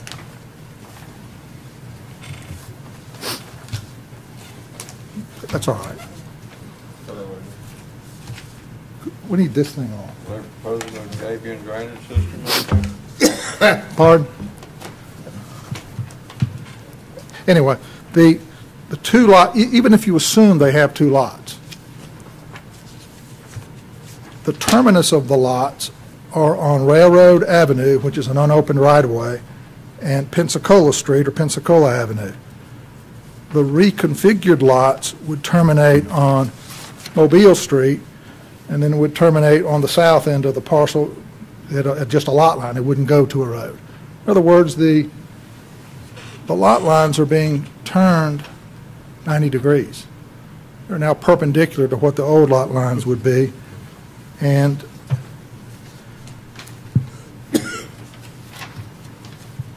the size of one of the lots is reduced in half, while the size of the other lot is nearly tripled. Okay, I think I've made the point. Go back a little bit. There we go. Go to there you go. Ooh. All right, that's fundamentally what the developer contends it has. The solid orange is what they call parcel B. The dotted orange was the old Tensaw relocated right-of-way, and the blue is what they call, that they bought as parcel A. So even if you accepted that as 2 lots, that's what they want to turn it into. As I said, it's a significant reconfiguration of the lot lines. These aren't minor lot line adjustments. So I just would recommend to you this application is due to be denied. Hey, Ken, this is a plat approval for a 2-lot replat. So if I open this public hearing and ultimately the commissioners vote to deny this, why would that not create this a 6-month before it could be seen again? The 6-month limitation on being able to reapply for a different subdivision applies to preliminary plat approval. Wouldn't apply to a replat, which typically wouldn't even make it to this level. Okay. That's my only question. Anything else? Any questions? Thank you very much, Ken. At this point, I'll hear from the developer. We've got a couple of things to present. One is what we're hearing tonight is a different standard for replatting than we've had in the city in the past. And what we're looking is for definition. That's why you're hearing it. The staff has said they can't do it. The suggestion is the Planning Commission can do it. So that's one item. We're also hearing a new standard of what a lot is in Fairhope. We're having a hard time. Larry's going to talk and Danny's going to talk about what the definition is of a lot in Fairhope. So I appreciate hearing this argument first. This is the most we've heard in 3 months. And the intent of all this is we heard y'all loud and clear last month. We're coming for you with hopefully a very approvable, compelling, major subdivision as soon as the moratorium expires. This replat was a way to clear a few issues up so that could be heard as cleanly and as effectively as possible. So that's what we're seeking tonight is, and I'm going to let Larry explain a couple of things about what we're, if you could put our slide up about what the definition of a lot is in Fairhope, because we're having a hard time getting from that definition to this definition. And also we're asking y'all to use your authority, which you would think you have, to do a replat. It's been done historically here. It's been done in other jurisdictions. There's more latitude than I think. The staff may not want to do it, I understand that, but I think y'all have the latitude to do a replat. Well, but let me just tell you off the cuff, my thoughts on this, Mac. And while I wish we weren't spending the time on this, there's a big email group going around right now that's very anti this subdivision. And there's an email group going around that's very anti this subdivision that's threatening a lawsuit. And we've had a number of lawsuits by people that have not liked some of the approvals that we made in the past. So because of that, and trying to keep the city out of lawsuits, especially lawsuits that it may or may not win, I would much rather see this come in November as a major plat, subject to all the subdivision regulations, where at the end of the day, we can have Larry come up rather than talk to us about what a lot is or what a lot isn't, which I really don't care about, to say, yes, this subdivision meets all of the subdivision regs. We have a hard time designing it without knowing what a lot is. So at that point, when it's approved, well, it won't matter whether it's one or two when you come with the major subdivision over all of it. It won't matter then whether it's one or two, because you're coming with the major subdivision, and if it's one, who cares? Yeah. So the point being, then at that point, I could say, Larry, does this meet the subdivision regs? And he unequivocally says yes. Then if the city does get sued for passing something arbitrary and capricious, then the city's going to win the lawsuit if it does go to that, and they're going to win it fairly simply. Where if we go against our attorney's recommendation, whether I know if he's right or wrong, I don't know. I'm an insurance agent, but if we go against that, and there's a group of people very against this subdivision, that gives them all the leverage they need to have a nice, long, drawn-out lawsuit of, why did you approve this as two? Why did you do this? Why did you do that? When your staff counsel suggested that the staff report did not say that the legal counsel recommended denial. I'm a little flummoxed that the lawyer led, which puts y'all in this position y'all are not comfortable with. I thought the staff might present the case. Y'all could make your own interpretation. But ultimately, you're coming up with a subdivision. So why does all this matter? It matters what we're hearing tonight, Lee. We're asking to hear something. We may not come before you in November. You're presuming a lot of stuff. Can you? I know you're trying to help, but what I'm trying to say is the issue before us is something we're completely flummoxed about. I'd like our lawyer to present his case and let y'all decide. I think y'all can do that if you don't feel like you can't do anything contrary to your lawyer's opinion. If you think you can only do stuff that the lawyer says, y'all don't need to exist. This guy could run the planning commission, right? He could make all the interpretations, and y'all don't need to do anything. I think the authority resides with y'all. With all due respect, the city is who protects us on the side of lawsuits. If we, listen to our counsel, are you going to sign a hold harmless agreement that when this thing goes to court, you're going to defend the city and you're going to pay all the legal bills? I don't know what you're talking about.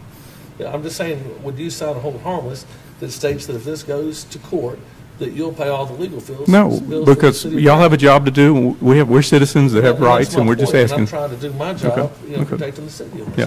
Well, so you would wish we'd withdraw this tonight, right? That's what you asked me to do before the meeting. If ultimately you're coming with the major subdivision that you said you're ultimately coming with, I don't see any purpose to have this. Well, but go ahead and let's bring it. If there's no negative, there's no 6-month delay. I think y'all would benefit from hearing some arguments about what is a lot in Fairhope, just to educate y'all as planning commission members. This is one point of view. There's another point of view. It's not a clear issue. Is that? We think it's pretty clear, but y'all obviously. If you can get me from that one statement to where the definition of a subdivision is from y'all's ordinance, that would be great tonight.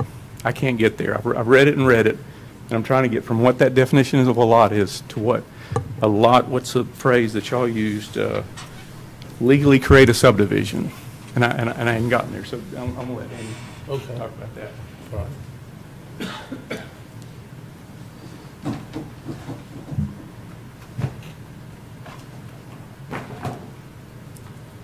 Mr. Chairman, members of the commission, my name is Danny Calhoun. I'm a local attorney here in Fairhope, with my offices located at 319 Magnolia Avenue, and it's my pleasure to represent Mr. Mac Walcott and Van Antwerp Park LLC regarding this matter. We appreciate you allowing us the time to speak. I know the meeting's going on a long time tonight, and but I think maybe there will be some benefit of hearing us out. I'd like to direct your attention to the visual. There are three different or four different plats there, three different subdivisions, or three different surveys. The first, item A, being a survey performed by McCory and Williams. We tried to get a better copy of that survey. That company is now out of business, but they surveyed land here in Fairhope for a number of years, and this was a survey that they prepared. I'm not sure exactly when it was prepared, what the date is, but it clearly shows two separate parcels of property identified as Parcel A and Parcel B, divided by the strip of property which Mr. Watson referred to earlier. Item B there is a survey by Seth Moore of Moore Surveying here in Fairhope, another local survey company that's done survey work here for a number of years. It also describes two separate parcels of property with meets and bounds descriptions for each parcel, again with the strip of property through the middle dividing the parcel. Item C is a survey prepared for my client, Van Antwerp Park LLC, by Smith and Kolb, another local surveyor. It also shows two separate parcels, Parcel A and Parcel B, again with the division through the middle of the proposed right-of-way there. Then item D we'll talk about a little bit later. That's a plat that was generated by the Revenue Commissioner, the Revenue Commissioner's office, and it also shows two separate parcels of property there. Then we also have shown on the visual the definition of a lot. This is the definition that comes straight out of the Fairhope zoning ordinance. Appears to be pretty simple, saying a lot is a parcel of land intended as a unit for transfer of ownership. It's my client's contention that he has two separate parcels of property here, and they do fall squarely within the definition of a lot according to the Fairhope zoning ordinance. And I'd like to go through a little history, if you'll bear with me, with the chain of title to this property. Mike, could you help me? I'm old school. I like to have a piece of paper in front of me, and if I could get y'all to look first at, this is a deed Mr. Watson had referred to earlier, dated back in 1963.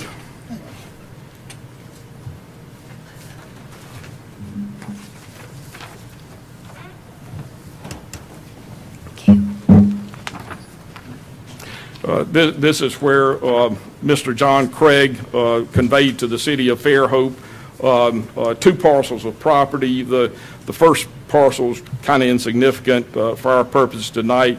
Parcel B, the second parcel, describes this strip of property that divides my client's property. As Mr. Watson had alluded to earlier, it's a relocated right-of-way. It never was platted, never was dedicated to the city. It was just conveyed to the city by Mr. Craig in 1963. And it's my client's position that that's when the division of this parcel of property actually occurred. Next deed I want you to look at, Mr. Watson also alluded to that. This is a deed dated 1985 where the city of Fairhope conveyed, it's the same legal description that's in the 1963 deed. Apparently, the city decided they had no use for this proposed right-of-way. They deeded it, the city deeded it to Miss Van Antwerp, Mary Van Antwerp.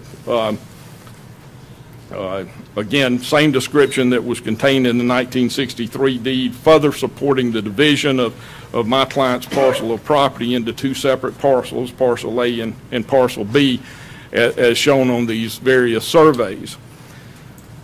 The third deed I want you to look at is another quitclaim deed. That's dated March of this year. That's when my client, Van Antwerp Park LLC, acquired this strip of property from the estate of Mary Van Antwerp. Again, it's got the same legal description as the two previous deeds, and primarily is conveying this strip of property that was the relocated Tensall right-of-way.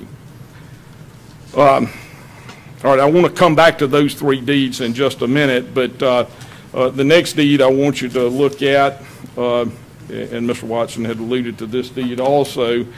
This is also a deed dated 1985,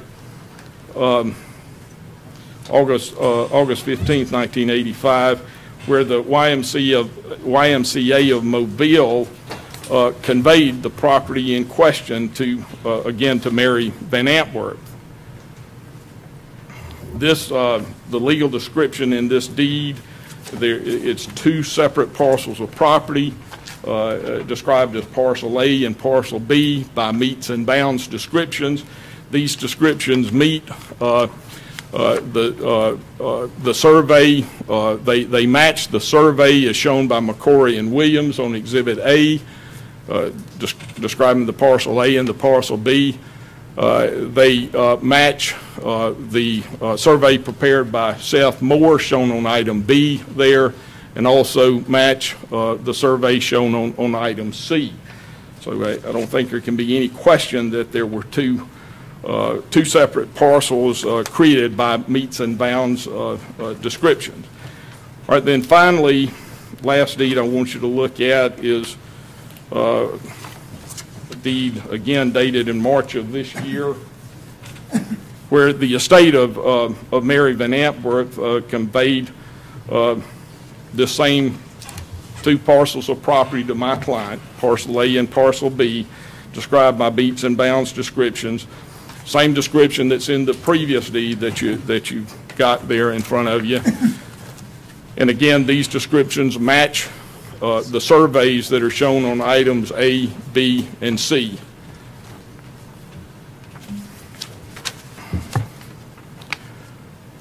All right, now I want to go back to the first three deeds that we talked about. These were quitclaim deeds, and typically title insurance companies do not insure title of property that's conveyed by a quitclaim deed. So almost immediately after my client acquired this property, particularly this strip of property that was conveyed by quitclaim deed, we filed a quiet title action in Baldwin County Circuit Court to clear up any questions that may exist as to this strip of property. And I'll provide you with a copy of the decree from that quiet title action here. While this quiet title action was pending, I received a call from the Baldwin County Revenue Commissioner's office, the mapping department, and this quitclaim deed on this strip of property had come to them, and they were trying to map it, trying to determine what to do and how would they ultimately map this strip of property. I indicated to the lady that I talked with that we had a quiet title action pending before the circuit court. We would seek the court's guidance as to how to treat that strip of property and then report back to the Revenue Commissioner's office. once the quiet title action was, or as it was being completed, that issue was discussed with the circuit judge, Judge Norton, who was handling the quiet title action. It was the consensus that this strip of property should either, it just doesn't make any sense for it to stand alone and be a separate meets and bounds description. It should either be incorporated with parcel A or parcel B. The judge, and I've underlined the pertinent parts of his order, ordered that this strip of property be incorporated into parcel B. The circuit court is realizing that there were two separate parcels of property there, and that this strip of property should be incorporated into parcel B, and stated such in his order, making reference to the Smith and Cove survey and the deed that conveyed the parcel A and the parcel B to my client, Van Antwerp Properties, LLC. All right, upon receiving that quiet title decree, we furnished a copy to the Revenue Commissioner's office, or one other matter, didn't I?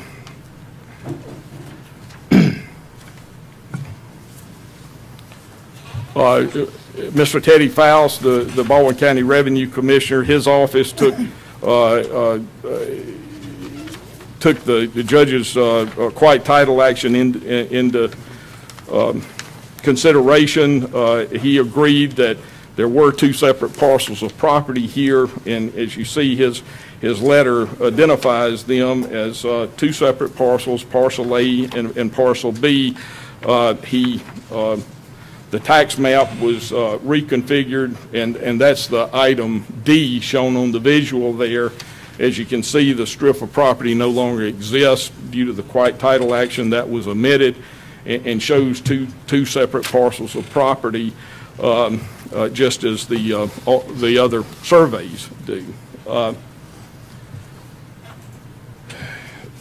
The last thing I want to provide you with are copies from two lawyers who practice law primarily in the area of real estate here in Fairhope. Mr. Ken Hurd, who's practiced here for over 30 years, and Mr. Brian Brett, who I think's practiced in this area primarily in the area of real estate law for approximately 20 years. Both of these attorneys have reviewed all of these documents, the deeds, the surveys, and both of them concur that there are two separate lots and should be treated as such. So I want to provide y'all each with a copy of each of those letters.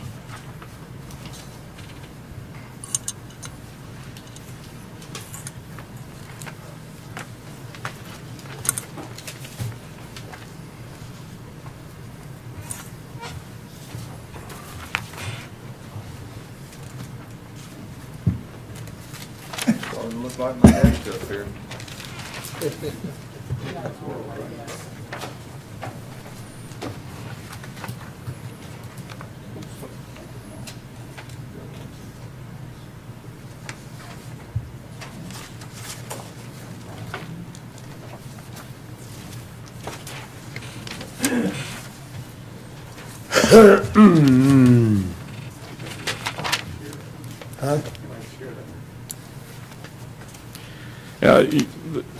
The staff and the Planning and Zoning Commission's attorney's argument is that there was never a formal subdivision of this piece of property, therefore their two lots cannot exist, and we respectfully disagree with that.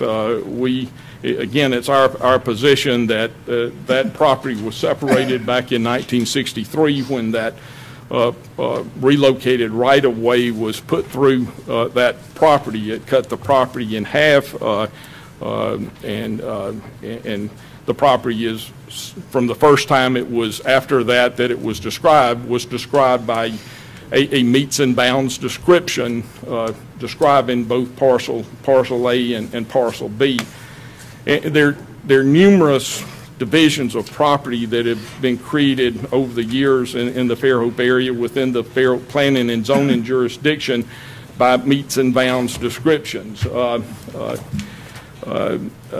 Prior to the zoning law, when somebody wanted to convey a piece of property, divide off a piece of property, they just get a lawyer or a surveyor to write a legal description, have a deed prepared, and convey it.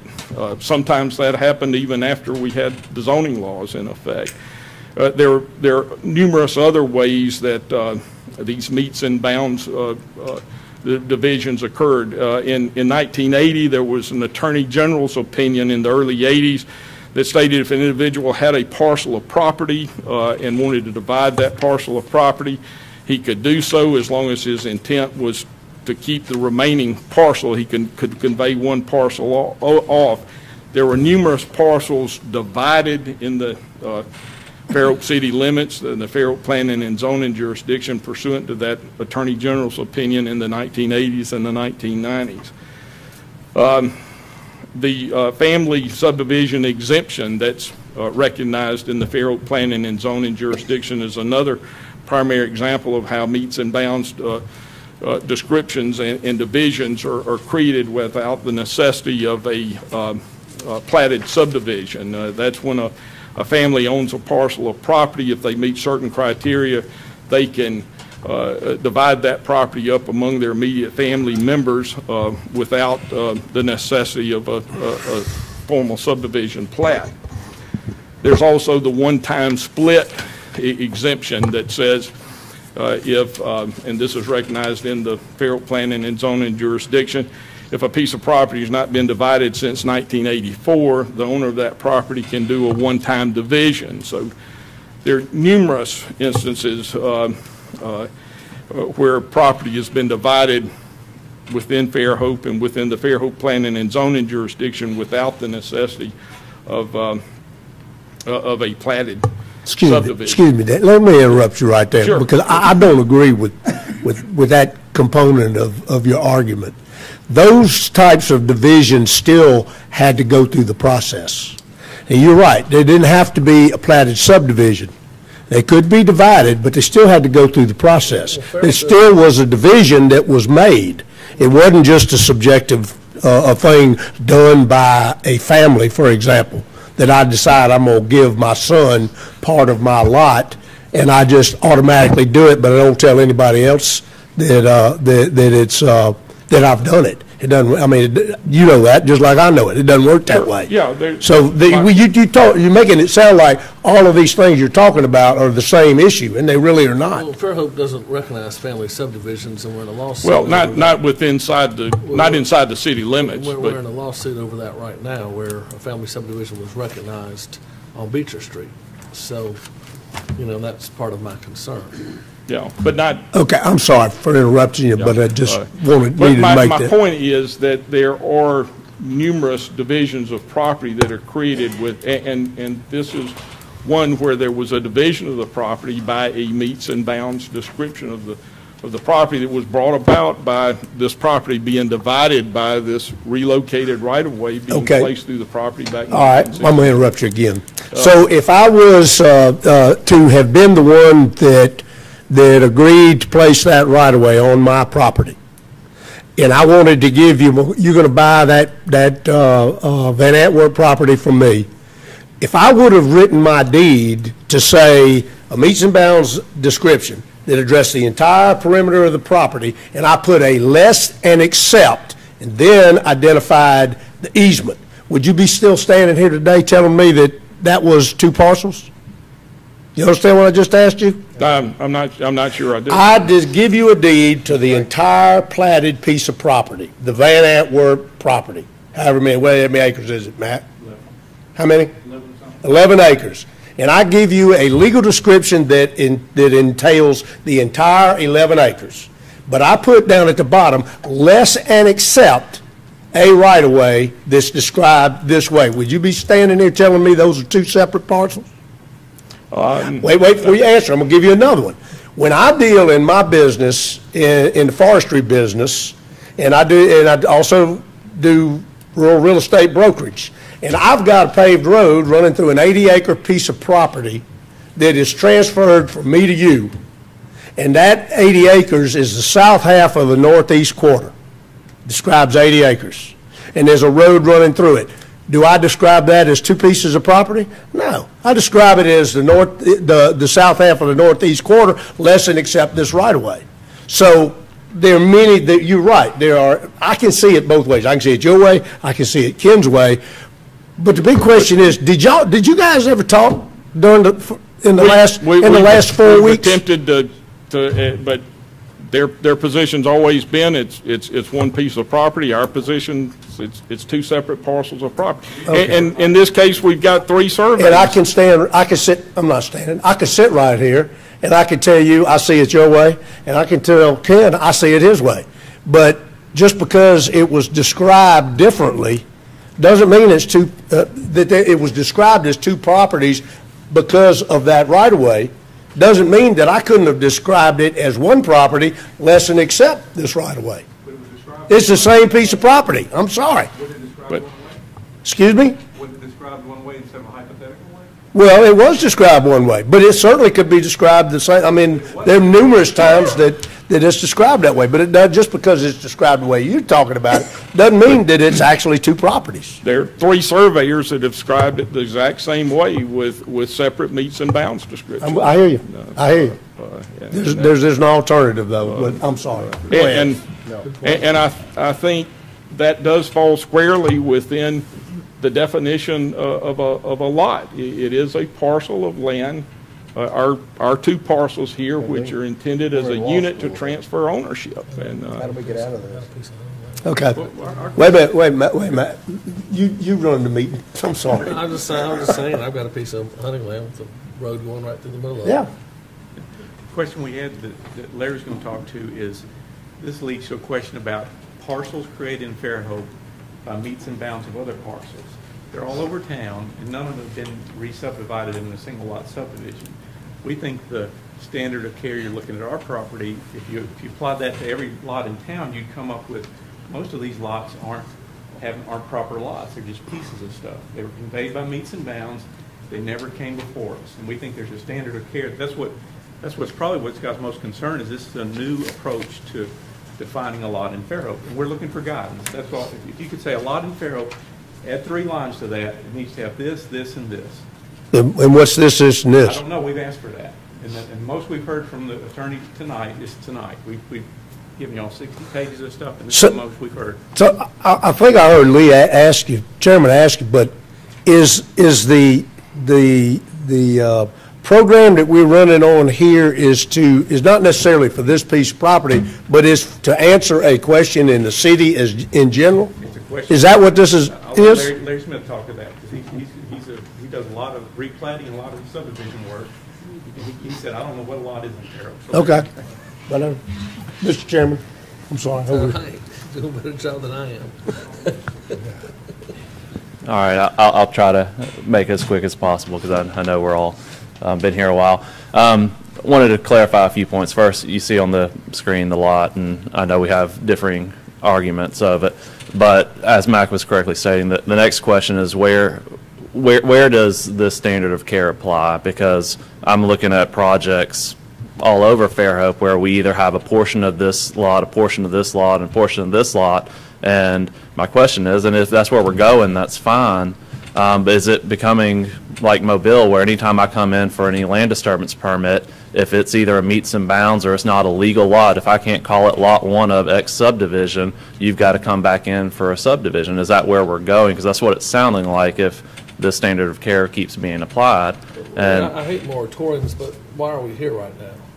Because there's a moratorium, and there's an idea of I don't want to wait for the moratorium, and the point is, if there wasn't a moratorium, none of this discussion would have been here, and we would have had a major subdivision application back in June. I really dirt right now. I really don't think his intent was to come with a. I don't want to speak for the developer and my client, but he can correct me. But I think from the beginning, his idea was to come in with a minor to test the market. So and that's what we told y'all during the sketch plot. Yes, the moratorium put a wrinkle in it, but Everything I heard was to test the market on a minor, and that's where got us here today. And then on top of that, the level of scrutiny on one lot versus two lots. You know, that we've heard both sides, but that's how we got here today, not the moratorium. Still, without the moratorium, we could certainly have phase one, phase two. That's exactly what I was getting ready to say. Yep. And that's why what would we you like- not be chasing that dog that way That's then? like what we like to see anyway. And so, I mean, the bottom line is the moratorium is why we're here. I mean, I've been on this board for 20 years. I've never had. The question was come up with parcel. We would have taken our two lots and reconfigured them in this major subdivision, and I think Ken might have had the same question. I don't think the issue of... The question wouldn't matter then. Well, we would have submitted something based on our understanding of what we own, and the planning and zoning attorney has a different view of what a lot is in Fairhope. We'd be in the same argument. But you would have had one, but Mac, you would have had one lot. You could have had a phase one if you wanted to test the water, you could have phase one and a phase two. You call phase one the south end because that looks like the easiest development piece. But y'all wouldn't have recognized the two lots to have done that. We'll have to. Phase one of lot one, phase two of lot one. But you just said there's not two lots. That's my point. It wouldn't matter. Under a major, it wouldn't matter. You'd have the one lot, you do a phase one and a phase two. You don't have to have two lots to test, you don't have to do minors to test the waters. I see what you're asking. It's not a while. They have Yeah. phase one, phase two, phase three. If you go to the Revenue Commissioner's map, and there is a lot that is shown as one piece of property that's lots 5, 6, and a half of lot 7, that's one parcel, right? Because the tax commissioner's got one parcel that he sends a bill to the person that owns that property. Is that fair? You have to start over. I'm sorry. If you look at the Baldwin County Revenue Commissioner map on what identifies parcel numbers, there are parcel numbers that include lots 4, 5, 6, or half a lot of another one, or whatever. And I'm just saying, to me, what defines a lot is whether or not you're paying a tax bill for one piece of property, or you get a tax bill for two pieces of property. That's one standard of care. We don't know. There's lots in town that I've got clients that are made of portions of previous lots, and it's just a parcel. And I get that a parcel may not have subdivision standards, but when do all lots get looked at like that? Y'all are taking action on lots that are called Frankenstein lots. They're pieces of stuff. They're not part of a subdivision. And you're saying ours can't be acted on because it wasn't part of a formal subdivision. We're not clear about that. That's all We're not acting on, wait, let me dissolve that one. Not acting on yours because it's not part of a. You're saying that our two parcels don't exist because they weren't conveyed legally, and I don't see that. I can't get from that definition of a lot. Oh, I feel comfortable that they were conveyed legally. I think Danny made that perfectly clear. But whether or not legally that meant that it successfully divided that piece into two separate parcels because it was a legal description that was written that way, I have offered to you, I could sit right here and write you a legal description on the back of this agenda item and describe it a different way, and it'd still be one parcel. Listen to what Larry's saying about a lot that hadn't come before, a parcel that hadn't come before planning and zoning ever. Fairhope's full of them. And they're made of pieces of other lots, conveyed by meets and bounds, but they've never been properly subdivided. They've just been carved together. Are they all owned by one person? Portion, yeah. I mean, they're all over the fruit and nut, but you get a portion of this lot, 8 feet of that lot, and they're being developed every single day. Is it the same PPIN number and the same parcel number? One for It's got each? its own parcel number, yes. Well, if the PIN number is the governance, we've got two PIN numbers. That's what y'all got. That's why we're confused. Yeah, but we've come now. We need to get back on point on this. So what is the point? I mean, do we want to take a 2-hour break and Art and I go to McSherry's and write a definition of a lot and come back and see if it meets it? Can I join you? I vote for that. But I mean, honestly, clarity is my main, and I believe Mac's main purpose here is. Well, for that, we probably need to set a committee up to draw a definition if they, so want to do that. We just want to know where we're going, because not only this project, we have clients that we're representing currently, and we'll have future clients, and we want to make sure we tell them what they're in for when they're doing the due diligence, is when we need to start looking at if you have a legal lot of record. And what is it, just for doing a replat? Is it just for a subdivision? Is it when you're coming in for building permit, like in Mobile? If you're coming in for any building permit, if it's not a legal lot of record, if you can't call it lot something, then you're doing a subdivision before you get a building permit or a land disturbance permit. And I don't think that's where we're going. I hope not, because if so, y'all probably need to start meeting more than once a month, because every lot that gets developed is going to be coming before y'all. And if I bought a piece of 3 lots in a row, boom, boom, boom, and I bought 50 feet off of each lot and 50 feet this way, so I've got a 50-foot lot by, let's say, 200 feet. Yeah. And I buy that from 3 different owners, and I send it, all the deeds into the revenue commissioner, saying my name, Art Dice. They're going to plat that lot, right? A lot of that I don't know, but yeah, they would. Okay, I'm just. Yeah, they would. And okay. So then, but at the same time, a lot of that was done long before, I'm guessing, there was a planning commission here in city of Fairhope. That's our point. That's exactly what I understand. And a lot of that was done in a lot of these old subdivisions. Go down to Magnolia Springs. That's the biggest train wreck I've ever seen down there. But at the same time, then you've got all these pieces of lots. The revenue commissioner's got them platted. They're under the name of Mac Walcott.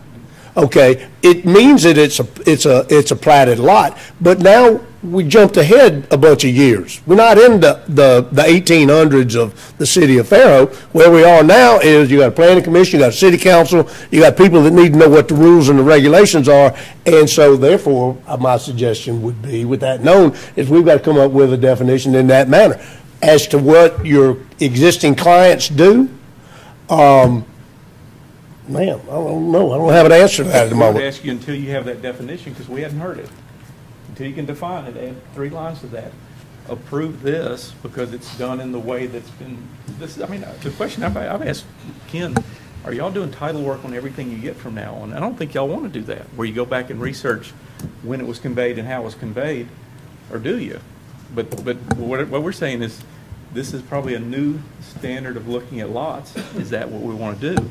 Until it's defined, because I can't get from there to that position. I don't understand where that definition. I could see if you added some lines to it and said, if it were subdivided before 1976 or something to add 3 things to it, that'd be clear as a bell. That might not be. Let me go ahead and y'all have what you have, and then let me open the public hearing. We can keep dancing around this forever. One more thing that's not. This is the biggest issue we got tonight, so might as well spend 3 hours on it. This is just what I expected. One other thing I wanted to point out, and then I'll sit down. Nobody wants to talk about building height, central busince district. I know, nobody showed up. All the stuff that matters, and we're going to go on and on about what the hell a lot is in Fairhope, so this is fun. When Mr. Watson was describing the replat, I'm a very literal guy. I pull definitions up. I mean, hence that and this. I just want to point out he was putting an emphasis on minor lot line adjustments. Y'all's definition nowhere states minor lot line adjustment. It states a lot line adjustment, but when he put the emphasis on minor, I think he was misleading y'all, and I just wanted to point that out, what the definition in the subdivision regs state versus what he was telling y'all a replat is. A replat states a subdivision that results in the creation of no additional lots, requires no new streets, right-of-way, or utility mains, and where all lots conform to all applicable ordinances and regulations, i.e. lot line adjustment. He put an emphasis and added minor, and there is no minor in the subdivision regs. As soon as you have a response to that. Historically in Fairhope, you have changed geometry. Other jurisdictions change geometry. It's okay to change, but just describe why. That's why Wayne's not willing to do it. That's something y'all could do. Why you define it?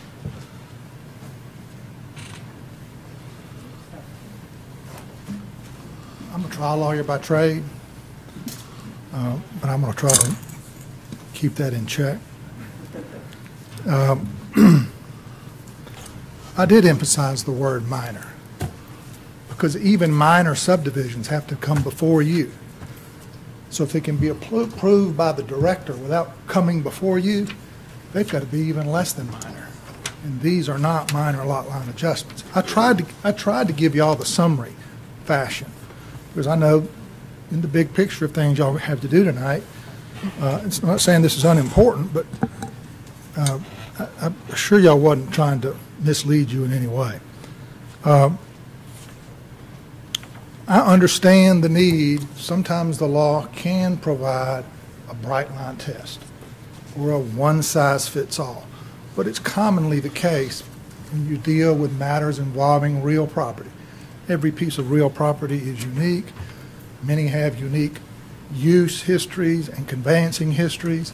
The law today doesn't provide a one-size-fits-all answer to the question that they're really asking. Many of the questions they're asking aren't even implicated by this application. We're talking about a proposed replat of what we recognize as a lot. We're not saying they don't have a lot. We're saying they don't have two. That's all. And they need to decide what the theory of the case is. Is it the 1963 right-of-way swap, or is it the later conveyancing? I explained to you why the 1963 right-of-way swap doesn't work. No physical road was built. The landowner had a hand in that occurring, and he was not left with any unusable piece of land. Under the case laws that exist, and there's not much, a subdivision that does not make. And let's talk about these surveys they have up there. There's one important thing about each one of those surveys of the Revenue Commissioner's map. Not one of them has the stamp of this commission on it that says we approve this as a platted subdivision. If surveyors and landowners and the Revenue Commissioner, or landowners just getting together and conveyancing by meets and bounds description, well, hell, we can just all go home. We don't need a planning commission. Now, briefly, let me talk about the quiet title action. There was a quiet title action. The city was not made a party to it. We didn't even know about it. The most salient point about that is the question of whether this was one lot or two lots wasn't presented to the court. It wasn't adjudicated by the court. So the judgment can't have that effect. No one asked Judge Norton to recognize this as a subdivision, Judge. He wouldn't usurp your authority. It was presented to him by the plaintiff as two lots, and there was no one there to question it because the city wasn't a party. So, in a nutshell, that's it. I respectfully, Mr. Dias, I've known you for a long time. There's only one clear answer here.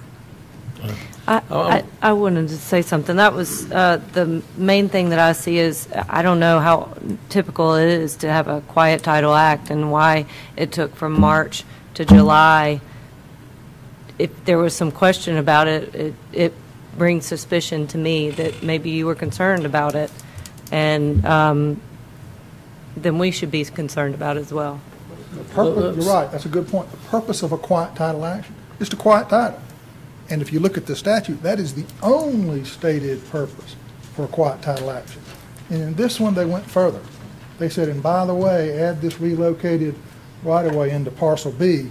And fundamentally, now they come to you and try to bootstrap you into recognizing this is two lots. And if they were going to use it for that purpose, they should have made the city a party to the case. Let me, and Danny needs to respond to this because this is really interesting. The only reason we did the quiet title is to clarify the status of that right away, to clarify the ability to write title insurance, to imply that we did it to snooker y'all is something. Now, it's interesting to me, this was publicly advertised as quiet title. Citizens have to read arcane legal arguments and know that they're supposed to go to some hearing about something. Can the city not read legal ordinances? It was advertised. It's as public as any endeavor that we do to say we didn't get, and then Danny will say the city gave up their rights to it when they did a quit claim to that parcel. So, you know, it's curious that we have to read tiny legal things to protect our rights, but y'all don't. And I thought, you know, surely the city lawyer's reading it and deciding to look at it. Citizens have to, but there's no intention, Ken, to use this. The fact that, and Holly, this is important. I'm sorry, I'm getting upset. This idea that it's not two lots came about late in this whole process, and we're saying, okay, where does the title biopsy happen with other properties? And if you did it to other properties, you would say, you know what, we can't hear that one either. We're saying there's an inconsistent standard of care in how y'all are looking at lots in Fairhope, and that's what till y'all figure that out, we'd ask you to approve this and then do your definitions and let's move on. But until then, you're not consistently looking at, unless you're doing the type of title work that your attorney did for each case. I think there's an inconsistent standard of care, and there's no intent with this quiet title to. Danny is the one suggests we do it to clarify the disposition of that. It's nothing about trying to snooker you guys. I mean, I'm really frustrated with that comment. I'll go ahead and open up the public hearing at this time. Does anybody in the public wish to speak to this item, the Van Antwerp Park 2-lot replat? If not, I'll close the public hearing at this time and turn the meeting over to the commissioners.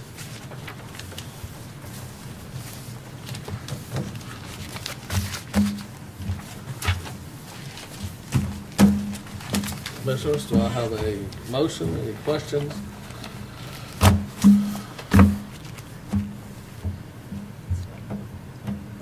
Yeah, I'll make a motion.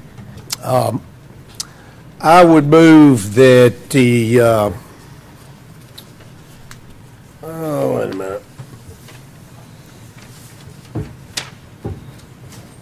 Case number I'm going to give you a reason to. SD 17.19, the plat approval for Van Antwerp Park subdivision, a 2-lot replat be denied, and I would make that motion for the purpose that our council recommends that this is has stated that this is one parcel. This is not 2 parcels, and the replatted line to me is not consistent with that being a single parcel. And I will second that motion. I've got a motion to second. Any further discussion? All in favor say aye. Aye. Any opposed say nay. Now, I'd like to add one thing on top of that afterwards. That at some point, I would ask maybe you, Mr. Chairman, to let a couple Planning Commission members sit with legal counsel and with Mr. Dias to answer the question that has been raised here tonight of what is a lot, and especially as it pertains to all of those properties that have been adjusted without Planning Commission recognition over the years, and to give an answer to what I think this issue was all about. Excellent idea. Thank you. All right. You can do that. All right, moving along. Next item on the agenda is SD 1706, a request of Dewberry Preble Rish for a preliminary and final plat approval of the re-subdivision of Lot 19, Fairfield Unit 6. And Mr. Chairman, the Lot 19 Fairfield Unit is, of course, existing subdivision, existing lot in an existing subdivision where the subdivision process is undergone. There are actually 3 condominium units in existence right now on Lot 19. So this request before the commission would be to establish 15 lots. So therefore, you'll actually be establishing an underlying lot for the 3 existing condos, and then the balance of the Lot 19 would then have a total of 15 new lots placed on it, or 15 lots inside this subdivision. And so, Mr. Chairman, the staff recommendation is conditional approval, and there are, just to summarize the conditional approval, there are some text edits that need to be corrected in the plat, which were not available prior to the meeting. Basically, there is a typo referring to Fox Hollow subdivision that would need to be corrected. For our record purposes, we need a contour map overlaid, an aerial photograph, and they provided the aerial in the application, but it was the plat rather than the aerial showing topo lines. And then a text edit to include the various individual signature blocks for the various utilities. Mr. Chairman, Mr. Rick Davis is here representing the applicant if the commission has any questions for the applicant. Just so yes, we all sir. know what we're thinking about here. What is this property zoned? So I'm sorry, Mr. Chairman, this is a PUD. This is a planned unit development. And In the so, planned unit development, they had 16 units, and they were going to have like common ground and share it, and now they're wanting each of these items to be able to be deeded to the individual townhome. I guess they're going from like a 16-unit condo to a 16-plat townhome is kind of what they're looking at doing, where nothing's really changing other than the ownership. So we basically, the net sum effect is we got 16 before, we got 16 after, with the exception after the 16 guys own their property rather than owners association owning the common land.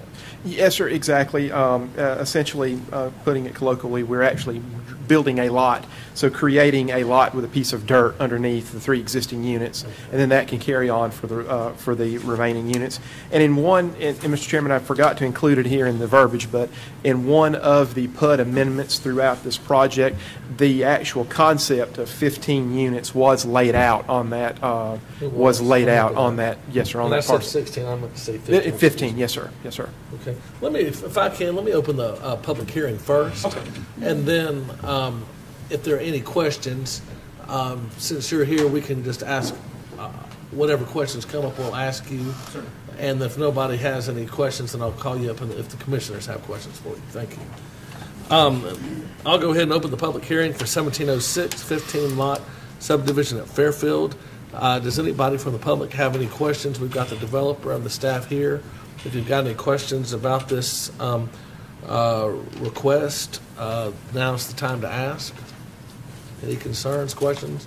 In that case, I'll close the public hearing and turn the meeting over to the commissioners. We've got the representative for the developer here if you've got any questions. Basically, we're just kind of changing some ownership and allowing some change in the ownership. Anything you've got to add to that? If I may. Sure. Chair. Yes, sir. Mr. Chairman, Commissioners, I just really wanted to introduce myself. My name is Rick Davis. I practice in Daphne. I haven't been before this group just yet. I wanted to follow up with Mr. King's comments that the concept that we're seeking here, the detached family homes, that was a concept that was approved back in 2008. Since then, 3 condo owners have built on their, quote, lots, only to kind of turn around and see what did we really own, because instead of coming to this body and getting subdivision approval after the PUD was approved, they just recorded a plat attached to their declaration of covenants and thought that that might be enough. So the current owners have deeds that say Unit A, Unit B, Unit C to a lot that technically is still just all Lot 19. So the trouble that some of those other owners have run into is when they go to try to get, or really when they go for subsequent owners to try to get financing, the bank says, what is it that you're trying to mortgage? And so what we're trying to do is free that up. Right now there are 3 structures, and then there's just this vast clay landscape right there along Norman Lane and along Booth Road. If we were to be able to establish these boundary lines consistent with the original concept in the PUD agreement, the PUD document, sorry, that would free these lots up to be developed more consistent with the original plan. And by the way, I represent BCL&L, which owns 12 of those units. But the other 3, the individual homes, they're owned by individuals, and they've all asked us to basically come here on their behalf and see if we can get this done. So BCLL, that's a real estate development company? It is. Okay, cool. Yes. Thank you. Any questions? Not, I'll entertain a motion. I'll move approval. Are there utilities involved in this? There were utilities that were contemplated at the original approval stage, and we've had that reviewed to be sure that it's still consistent with what's planned there, and planning. I mean, like, are there individual services to each one of these lots that you're adding? For the most part, apparently there might be tripod-like stations that might have to be viewed, but the other utilities are set for separate townhomes as originally planned. And the original plan was? 15 detached townhomes. Almost the exact same location? That's correct. So there's no extra effort from the utility to provide service to these lots? That's right. No extra effort as to what was initially contemplated when the design was approved. Was already approved from That's correct. separate subdivision. I've got a motion. Do I have a second? Second. Okay, any further discussion? I do have one other. How come you're not coming in off the road that's already there? Why are you building the alley in the back behind that just to put more impervious surface out there? I'm not sure which alley you're referencing. Well, it looks like that we've got a road. Oh, are you talking along the east side? Yes, sir. That's there already. You can pull in. That's how this original developer developed it. Now, we're half a dozen developers removed. And once the lot lines get put into place, we'll have much more authority over getting the, I don't want to go too far into the weeds here, but Well, we've been doing it all. I know. And I can't tell you how much I appreciate my first time being after that last agenda item. But we're not able to really to tackle the issues associated with the property owners association's responsibility regarding that little alleyway, as you reference it, and along Booth Road even, until the ownership is clarified. And then once the ownership is clarified, we're all in agreement as to what needs to happen. But we can't do anything. Our hands are tied at this moment. So that's why we need the individual lot lines. There is an existing pavement there, and we will be dealing with that once it's already there.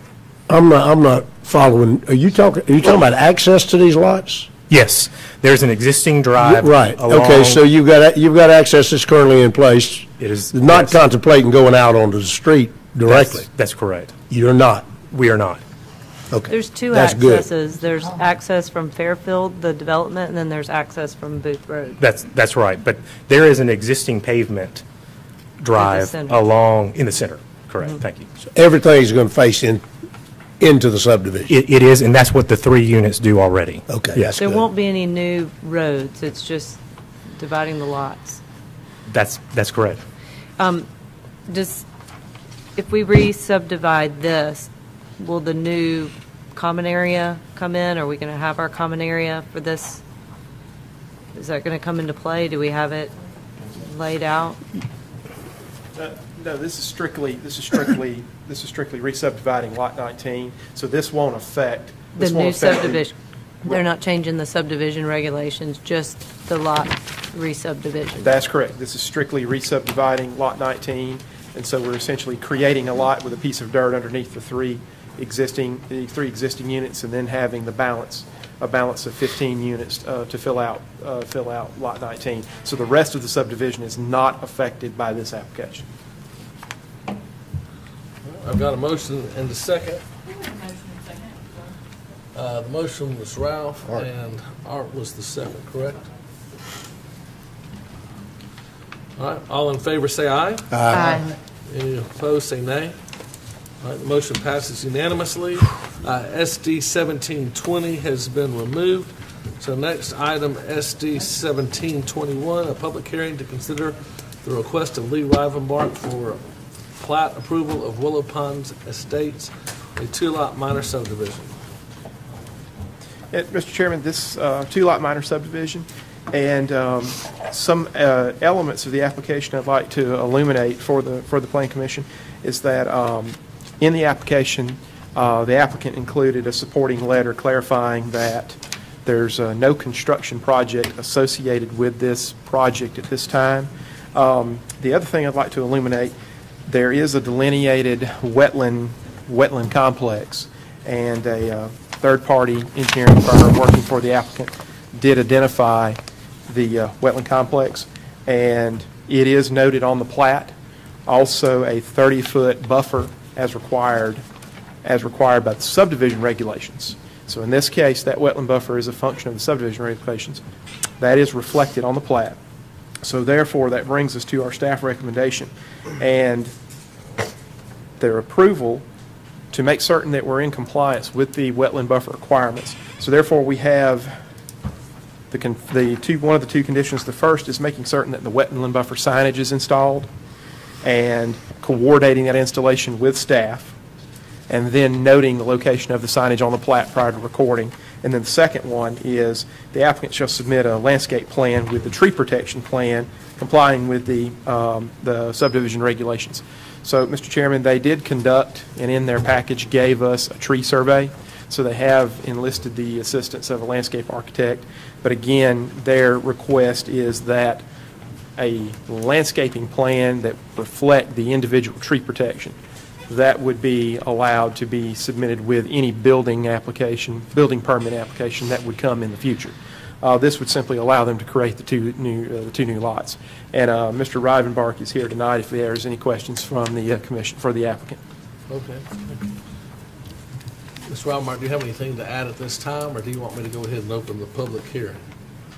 We're talking about less than 2 acres of property. I think it's 1.8. We purchased this property back in 1993, I think it was. It's been sitting there for all this time.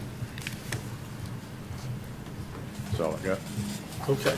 I'll go ahead and hold the public hearing, and if they have any questions, then you can come back up at that time. Thank you. All right, I'm going to go ahead and open the public hearing at this time. Anybody wish to speak to this item? Do I need to introduce myself again? Emily, you have that. Okay. I just have a question. You may want to pull the microphone down a little bit. I have a question about, I'm probably the closest neighbor across the corner. Ma'am, if you'll speak into the microphone, I'll write down whatever questions you have. Okay. And anybody else after you, and then I'll call the developer up at one time. Okay, I'm a little, what has been proposed here is that this piece of property, these 2 lots, will be approved to be a subdivision at some day going forward once the wetland issue has been resolved. Is that? No, ma'am, he's asking for us to approve this into 2 lots tonight. That the 2 lots become a subdivision? No, it doesn't become like a subdivision with a lot more houses like you think. He wants this one piece of property to be 2 pieces of property. Oh, he wants the one piece to become 2. And that's considered a subdivision, just a minor 2-lot subdivision. So the one parcel that's currently there would become 2 parcels. Okay. How many units can be built on each one of these parcels? What is the zoning of this, Wayne? R4. R4. So what is that? Multifamily. R4. And that's a high-density zoning, Mr. Chairman. It says low density. It says low density on our zoning district. Low density multifamily, Mr. Chairman. I apologize for not putting the chart inside here since this was a subdivision application. Well, the bottom line is whether or not 1 or 2 pieces of property could put the same number of units on the property either way. CR4, you have a certain number of units you can put per acre. I couldn't tell you exactly how many because of the setbacks, the curb cuts, et cetera. But whether it's 1 or 2 pieces of property, you probably would get fewer units on 2 pieces of property than 1, because if you divide it into 2 pieces of property, you're going to have more setbacks. Mr. Chairman, I think the gross density is 7, but you're right. As you go through and you start putting right-of-way and so forth, your net would be probably less than 7 for sure. But I think as it stands right now, it would be 7 units per acre gross. That would be 7 total structures. Okay. And my other question would be, for both lots. This still has to be approved because it was a wetland at one time. There used to be ducks on it. 6 months ago, there were a couple of boats on it, and now it's highland. It's dry. It's high and dry. You can walk the property. So has some kind of wetlands approval taken place? Well, our subdivision regulations, we don't have any wetlands approval ourselves. We do have some regulations that pertain to wetlands, such as a 30-foot buffer between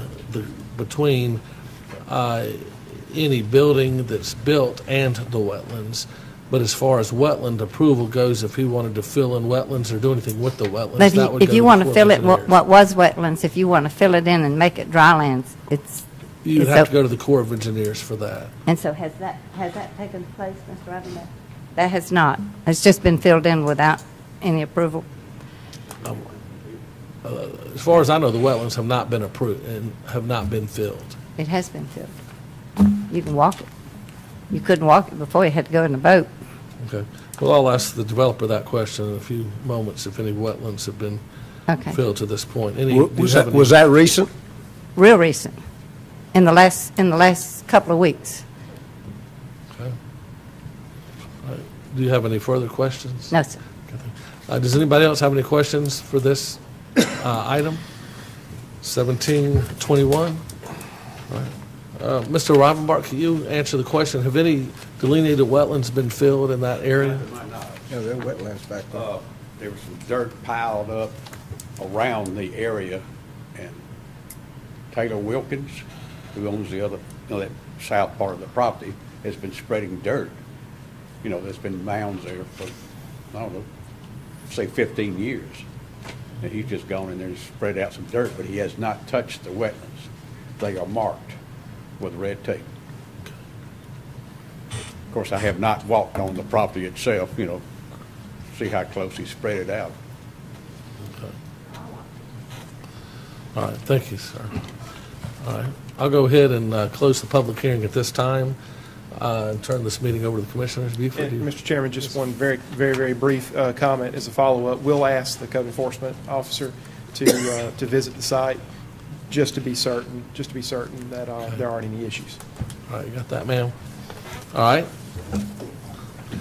Ma'am, what he was saying is the code enforcement for Fairhope will go by and look at that to confirm that no wetlands have been filled to this time. All right. Commissioners, any questions? If not, I'll entertain a motion. The staff recommendation is to approve with a couple of caveats, subject to the wetlands being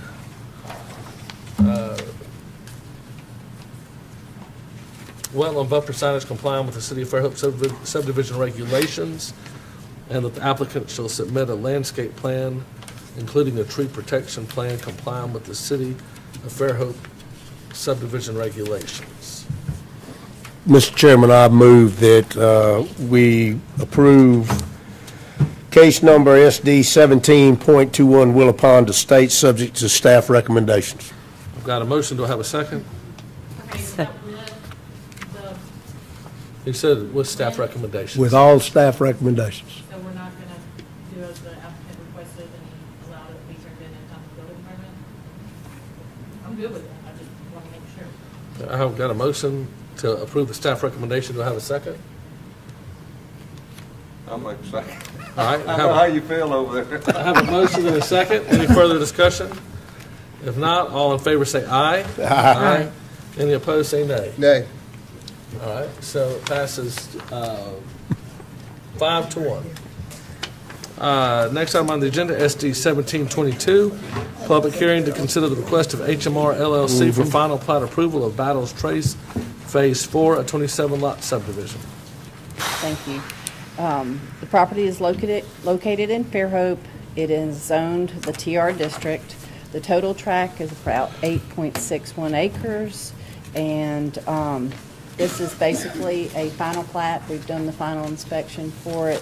There are some conditions. They're very minor, and I did put a little history in here, so it was a little more complex than I normally write in terms of some site history, but y'all were all new, and this is one of the larger developments, so hopefully provided enough information that y'all can kind of start to see how this is played out.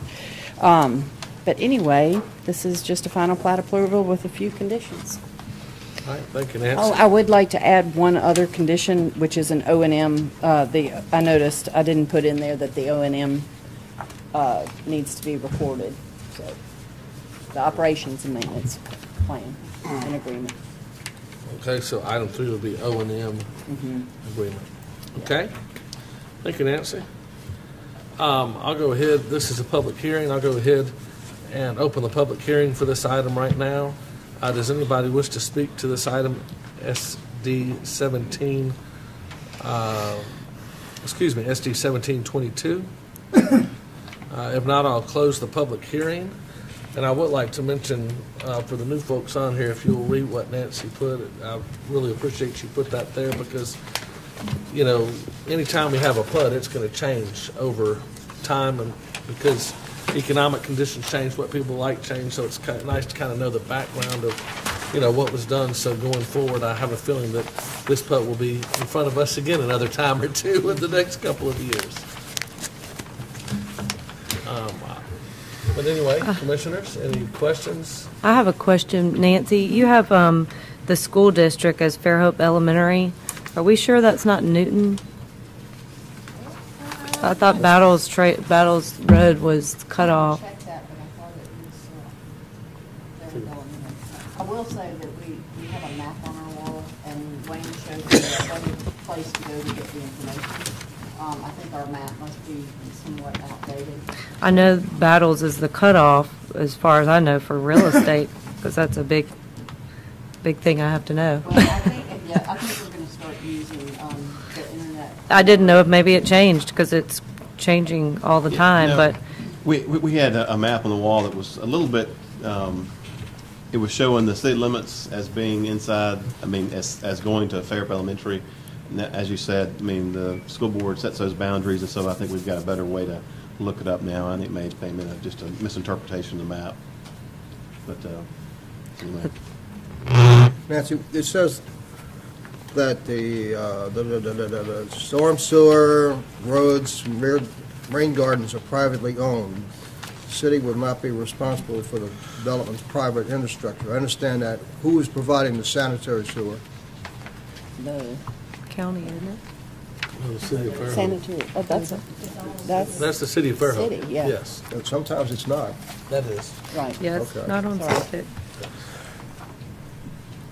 I've got a question, Mr. Chairman, and I'm not familiar. I understand the calculations as they relate to the educational aspects of a given development, but in the big scheme of things, who's keeping track, and what does it all mean in terms of each one of these individual subdivisions? As far as I'm concerned, it makes me very uncomfortable, Art, because we have language that says the calculations have to be there, but there's nowhere in our subdivision regs, other than just for kicks and giggles, we know what the calculations are, but there's nowhere, you know, where somebody comes in with the subdivision that's got 20,000 school kids.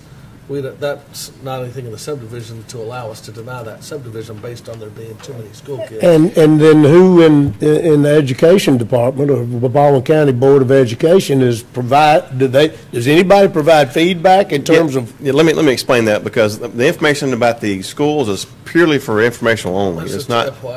It was something I requested. I actually requested it because, to me, it is an impact fee that needs to be brought into our subdivision regulations. I feel like when you are building, you know, like you said, 500 homes, maybe you should have a elementary school. You know, a lot of bigger developments, that's their impact fee. You know, I mean, I'm not a developer, but I'm talking about national developments that are this size. They make a community around it. Well, you know, they have, in the county prior to 2008, when everything began to tank, there were massive subdivisions. I think one was, what was the one in Magnolia Springs? You remember? 900 houses in Daphne. Anyway, there were massive development PUDs that were being implemented, and at the time we had developed, and the county had developed, their new comprehensive plan. It was called 2025 plan, which subsequently was rescinded by our county commission. But it addressed those exact issues of impact fees and many other items that going forward were going to be very important for Baldwin County. Transferable development rights, but impact fees were really big, and I agree with you. Those are things that certainly should be taken into consideration. we have a development on 181 that's, you know, a really large development, and it's in the Daphne city limits with the Daphne address, and they go to Fairhope schools. So, you know, it's just something we need to be aware of. Okay, but the answer to my question is, this is just It's for us to know. And right. Whatever purpose. Excellent points, and it's something that we just need to watch and monitor, and at some point maybe suggest to the city council that we put an impact fee for sewer in an area for certain subdivisions, or, education. We're not responsible for education now, but it is an interesting thing to follow. The impact fee legislation that was passed gives you only 4 purposes that the impact fee can be spent on. And then the second thing is that it requires that there be a separate report issued annually as to the impact fees and where they ended up. I have never been able to find that report. I have looked on several occasions trying to find that out. So at this point, the education department, school, whatever, does not necessarily know how much they're getting in impact. They're not getting anything. They don't get anything. Now, as far as impact fees, we met a couple weeks ago, the impact fee committee, as the ordinance requires. We met and we're evaluating that, and we will be making those necessary reports and making the necessary actions. If I go speak to the school issue real quick, that is in there for informational purposes only. About 2005 or 6, the county commission and the school board did a joint project, and staff did like a joint pilot project for Daphne's Elementary, where we evaluated, using their data, how many children per household type. So if you live in a single-family home in Daphne, in that district, they had data on where their kids came from. Manufactured homes, apartments, single-family homes, those kind of things. And we, at that time, we used that multiplier to estimate, it's just an estimation, about what each development would produce, just to give the school board some heads up about what to expect in the future. Obviously, the market conditions dictate, how fast these developments mature and move forward and all. And so with the information you have in your packet tonight, I did the same thing, contacted the school board and their GIS department, and they gave me those multipliers, and it's basically just simple math. And it's really purely just to provide information. And But are you providing that? We are. Are you providing a year's worth of data to the school system? We will every quarter, and we've only been doing this the second month we've done this. And what I told Bill Harper with the school board, every quarter we're gonna totally up and give them to them. Okay, well then it's really not just something for. It'll be nice for the school board. When I say it makes me uncomfortable, I think it's a great thing, but it makes me uncomfortable that somebody might think that we can deny a subdivision based on the number of school kids. That's exactly right. However, it is something, to Holly's point, that when we're looking at zoning changes, that we can, in PUDs, if somebody's coming in with a really large PUD, we can take that information into account, and Wayne can run those numbers and say, based on these changes, here's what we're looking at, versus if this property were to be developed into a regular subdivision. You cannot legally deny a subdivision just on the basis of an educational capacity. In fact, you have a very hard time denying a subdivision on the lack of any essential service capacity. I think the main goal is just trying to give information to the people that need to have that information. And I think in the school board, one of their issues is they're playing catch up. They don't control the development. They have to try to accommodate it. We just want to make sure that we're doing our part, just to try to get them information in advance. And like I said, when you approve a final plat, it takes some time for those lots to be built, and it takes even further. You don't know how long it'll take for it fully to be built out. So it's just a way to kind of give them some information to go by that, hey, this is happening, and that this is what we'd expect as far as impact. Related question. Does the school board ever come to you and ask to take a reservation? In other words, for a property to be used in the future for a school? So they don't end up with a piece of property that's nowhere near where the students are? So what you're saying, do they go out and project out in time and look for property? Well, sometimes the school system will ask that a reservation be taken. When you have a number of large subdivisions, the developer might even donate a site for a school, because that would help the subdivision get people. But then sometimes the school system has to go out and take a reservation and put a piece of property on the list of where there's going to be a school in the future. That helps you in your planning, and it also helps them. I don't know if they're doing that or not. In my time back in Fairhope, I've not had any contact with them during my time back in Fairhope, but it's commonly done. I know in Walton County they were projecting out 10 years and buying property 10 years out. Well, the school board right now is doing that exact thing, not necessarily right here in Fairhope, but there's some places that by the time the schools were built, they were already at capacity. Oh, yeah. And they're looking to hopscotch out further into the county, and they're looking for properties right now. That's predictable. But again, the information in your packet is purely informational only. Okay. And I appreciate y'all doing that due diligence to just bring awareness, a little bit of insight on our continued growth.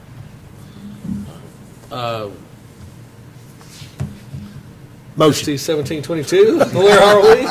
I'd like to make a motion that application number SD 17.22 Battles Trace Phase 4 be approved subject to staff recommendations. Second. I've got a motion and a second. That was staff recommendation. Yeah, that would include the staff recommendation. Number 3 also. You meant number 3 also. Also. That Nancy had. Yes. Yes. Who was the second? Let's say Charles Johnson this time since he. Yeah, I think he it's did a pretty say that. close tie, so we'll get Charles I on the overshadowed minutes. him. I have a motion and a second. Any further? All in favor say aye. Aye. Any opposed say nay.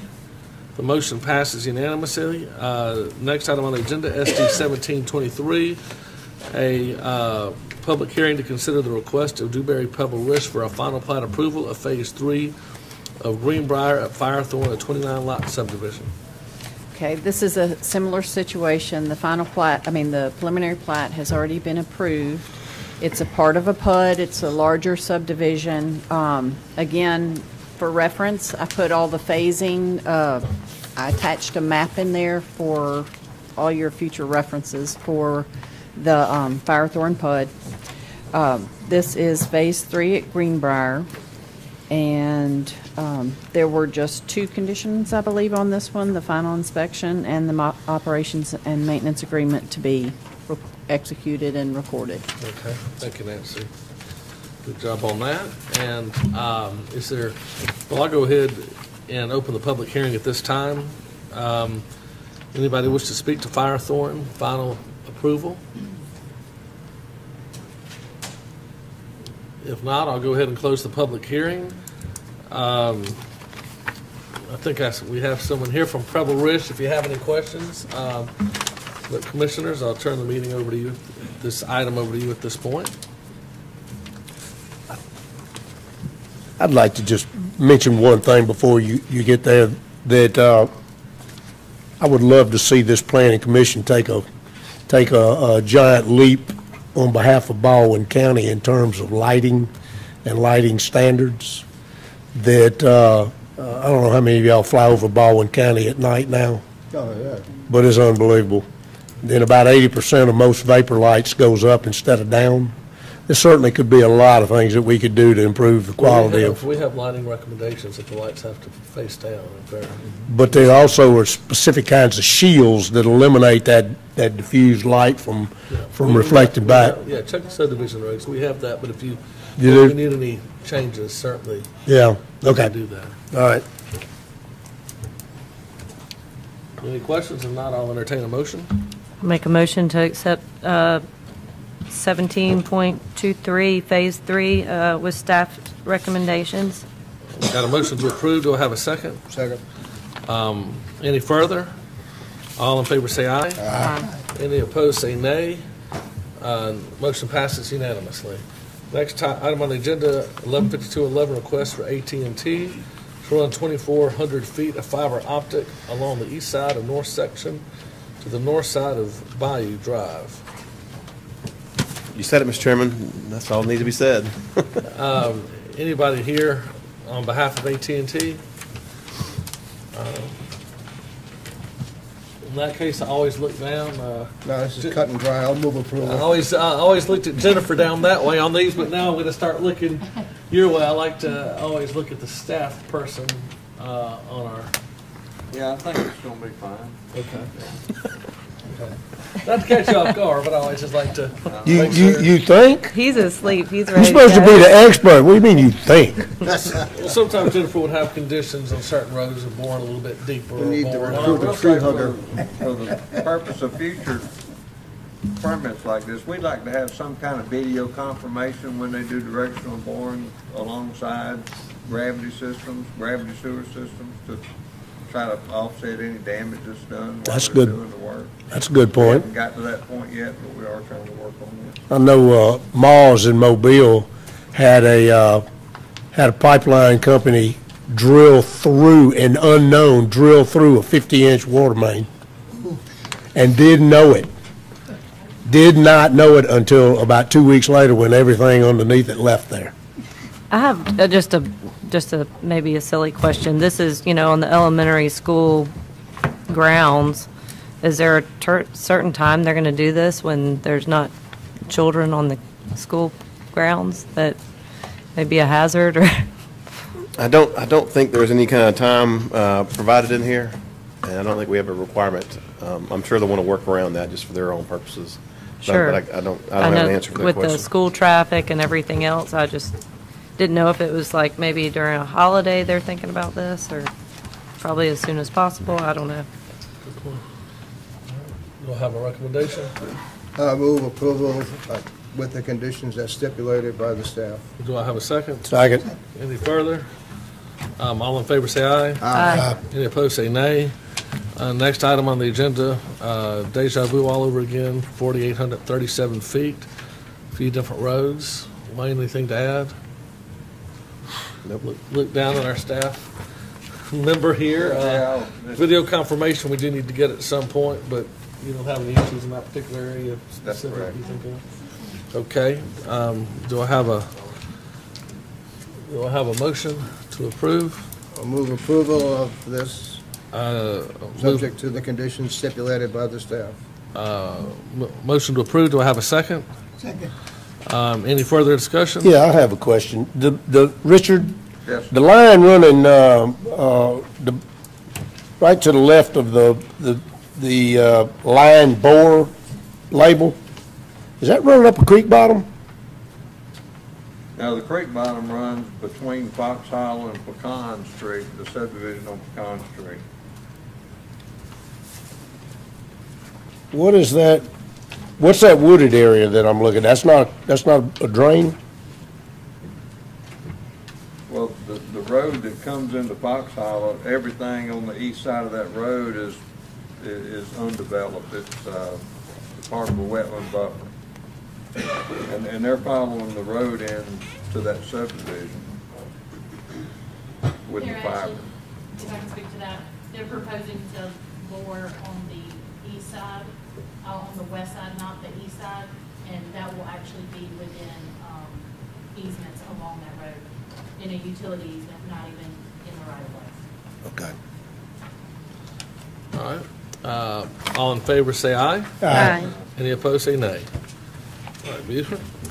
Mr. Chairman, we have an informal review for you for subject property approximately 1/4 mile north of the intersection of County Road 13 and County Road 3 and County Road 13.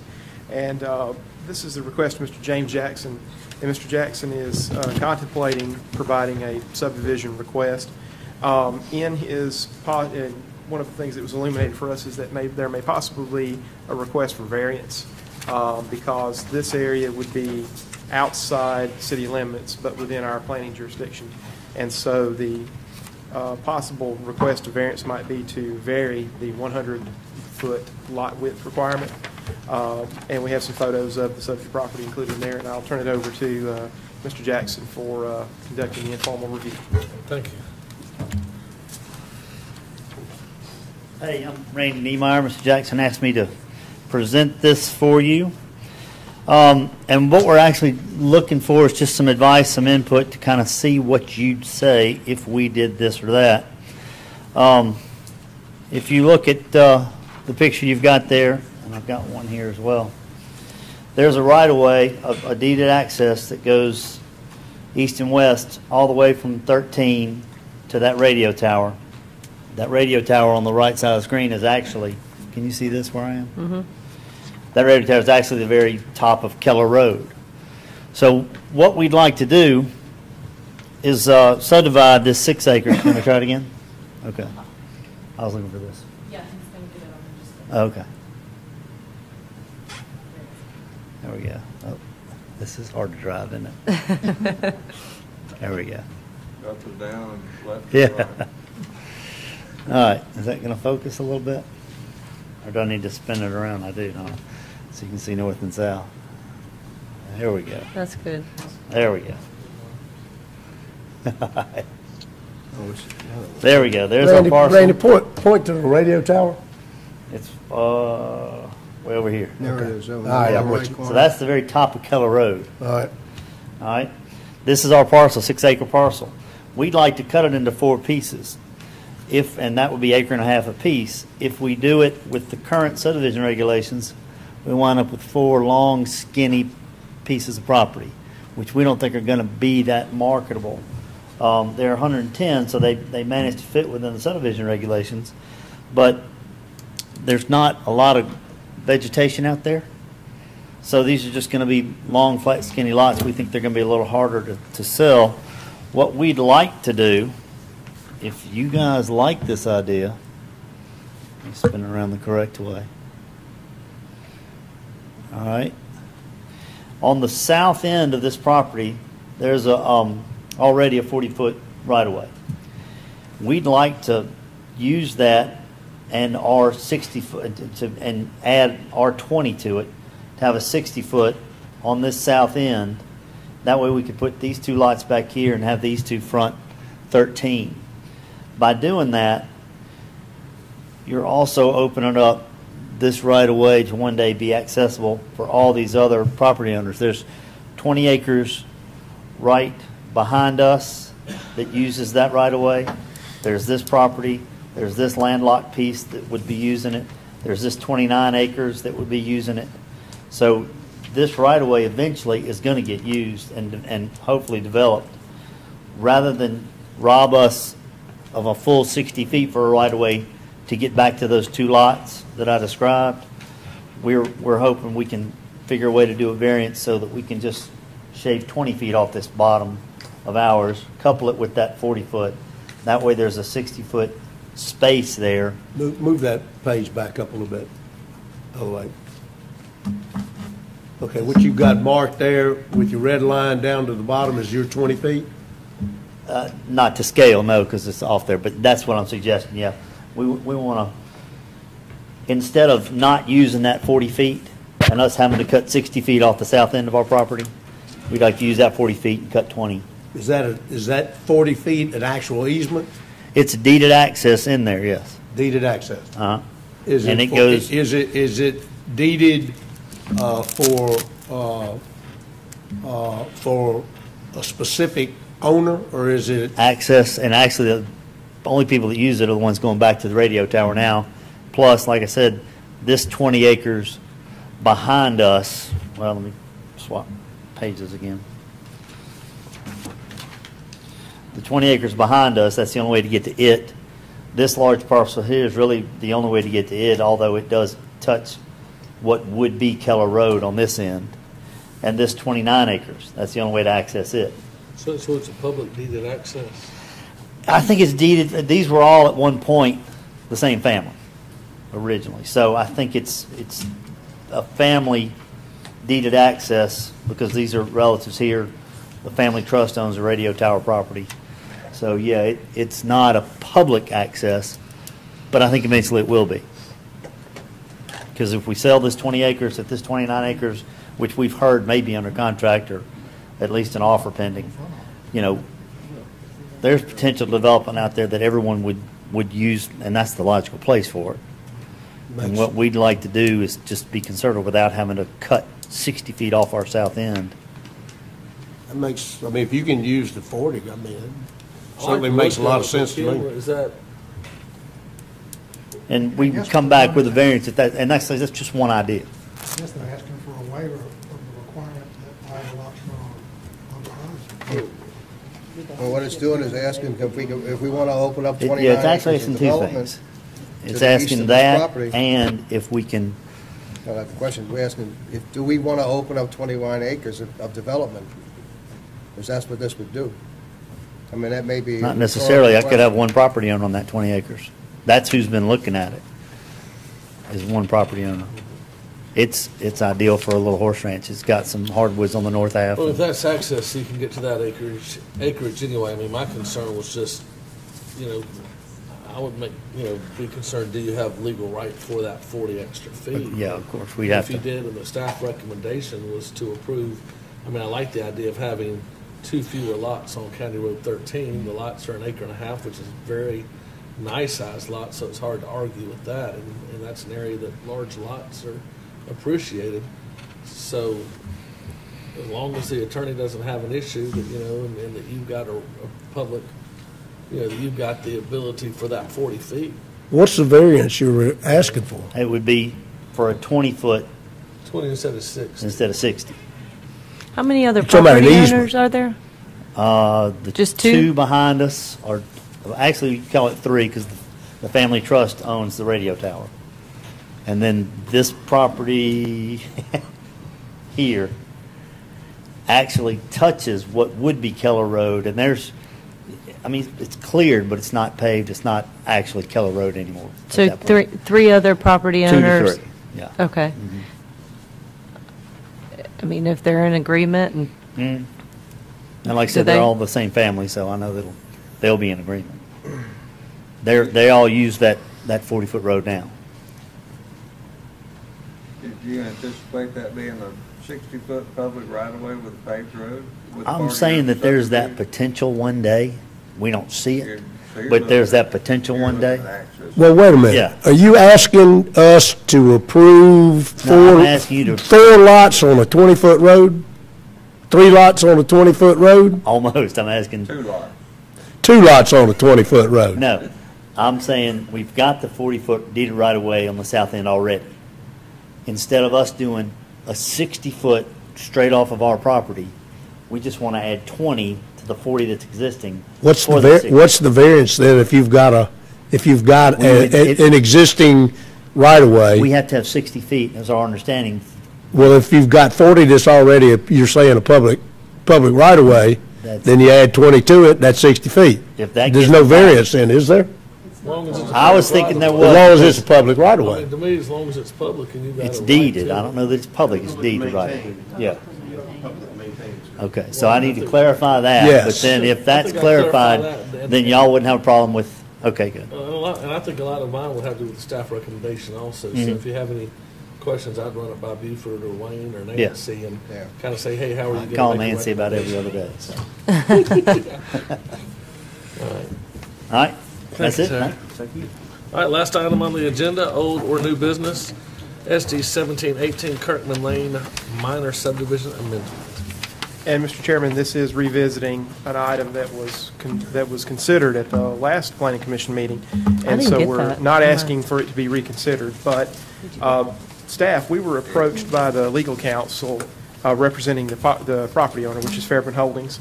And their concern and their question is regarding one of the conditions of approval was that a BMP plan requirement prior to the issuance of a building permit shall be noted on the plat prior to recording.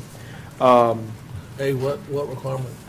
A BMP, Best Management Plan. Best Management Plan, And it was one of the conditions of approval. And in fact, what we actually verbalized into the record a BMP and drainage plan to be noted on the plat prior to recording. And so we were approached by the property owner's legal counsel, and their request is that could that requirement be removed from, can that condition of approval be removed as a condition of approval?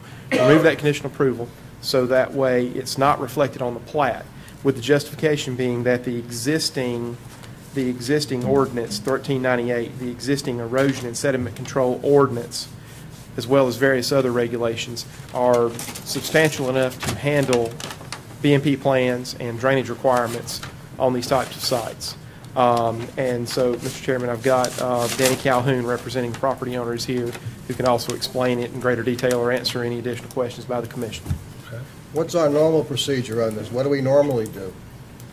Well, Mr. Chairman, that's a good question, is that as I've been here, it appears that that it is a prior practice to note that on the plan, but I don't believe it's necessarily required in the subdivision regulations, and I'll ask my fellow staff members to correct me if I'm stating that incorrectly.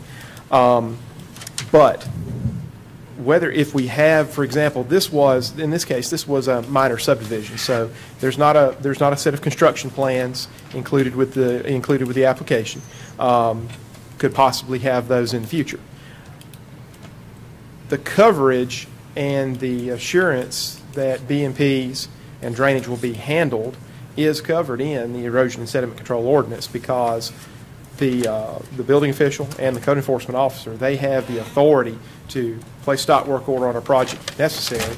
Also, BMPs have to be in place prior to issuance of a land disturbance permit, and further, a stop work order can be issued, and then the requirement for an engineered drainage plan can be actually implemented and ordered by the building official. So, but in this case, the applicant, their desire is for that not to appear, that requirement not to appear on the plat because of the permanent nature of that plat recording. Do you have where you can read us what that recommendation was?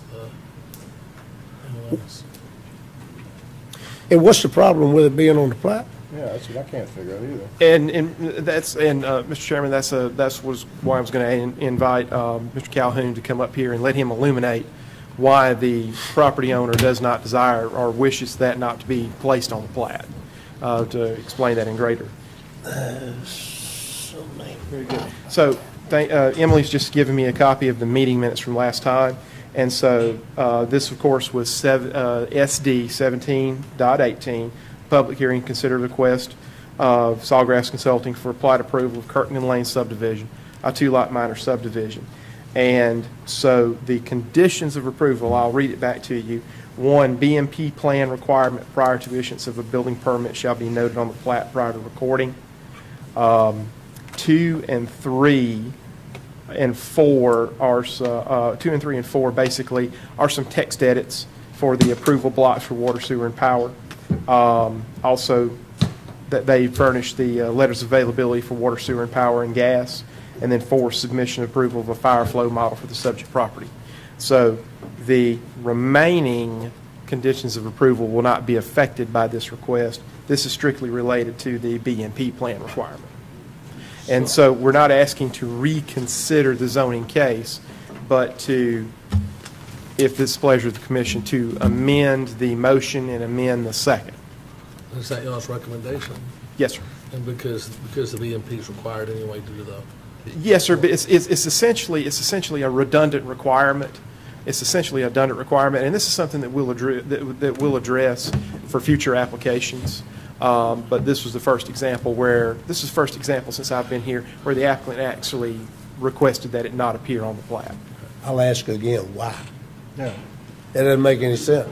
Understood. Let's let him explain that. Yeah, again, my name's Danny Calhoun. I'm here on behalf of Mr. Lee Tacon and Fairborn Holdings, LLC.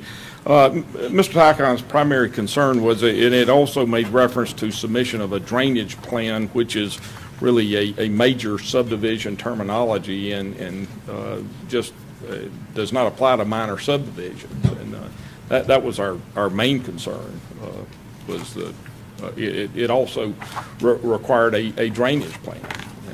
And I think Mr. King's stated correctly that there are other ways in place to enforce this without the necessity of that requirement being on the plat. Now, beautiful, what you read didn't mention a drainage plan, it just mentioned the BMP. And Mr. Chairman, that's correct. And so it's possibly we may have a text edit. We may possibly have a text edit or a Scrivener's error in the meeting minutes. But I know that we did verbalize that. We did verbalize that into the record. That's what I was getting at, because I yes, thought sir. we had we were concerned about the drainage on that. Yeah. That's correct. And so, and what we were doing, we were actually addressing a concern from a citizen who spoke during the public hearing. Okay. Sorry. That was what he read was the original staff recommendation. The actual approval and the second, if you go to the next page, is 6 conditions. And that's what I was thinking, that we had yeah. Y'all all have your minutes in your packet, so it's going to be page 4 of your minutes. All we got is this. No, in your actual minutes. Yeah, so page 4 of your minutes, and about 3/4 of the way down the page. Yes, sir. My apologies, Mr. Chairman. We're all tired, I'm sure. So So actually, the record reflects 6 conditions of approval, not 4. Yeah, note added to the plat, the drainage, that's what I was getting at, and I thought we had, that drainage will be required at the time of the building permit. We've just been, inundated with a lot of the minor subdivisions, and people come in concerned about the, water runoff. When something new goes in, and yes, sir. And so that's is that required under the BMP anyway? So yes, sir. So before you can have before land disturbance can occur, at all, there must be construction BMPs. But addition and above and beyond that, whether that be through the evaluation of the building permit, the plans for a building permit, whether via inspection by the building official or inspection by the code enforcement officer. In either case, if they determine that a formalized engineered drainage plan becomes necessary, they have the authority to have a stop work order if necessary, as well as require that drainage plan be prepared by a professional engineer and submitted for review. So the steps in place, the protections are in place by virtue of that existing erosion and sediment control ordinance. Okay. I don't have a problem with that. Yes, sir. I mean, it's when Mr. Calhoun contacted staff, I realized, if since we have more than adequate coverage, and that we have a code enforcement officer who's out there every day looking for these types of issues, I certainly have no quarrel with the request. Is this a public hearing, or is this? No, sir. No, sir. So to clarify, and Emily, step in and correct me if I'm incorrect. So we're not considering it again for public hearing purposes. It's a matter of amending the motion and the second, and Emily voting again to reflect removal of that condition from approval. Can we do that on something that was? Can we do that on something that was a public hearing?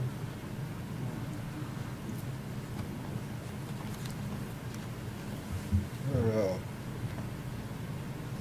I don't know, I have to study that. I mean, I don't technically have an issue with it if it's redundant. The careful thing to do is look at it before we do it off. Didn't we have a public hearing in the original hearing?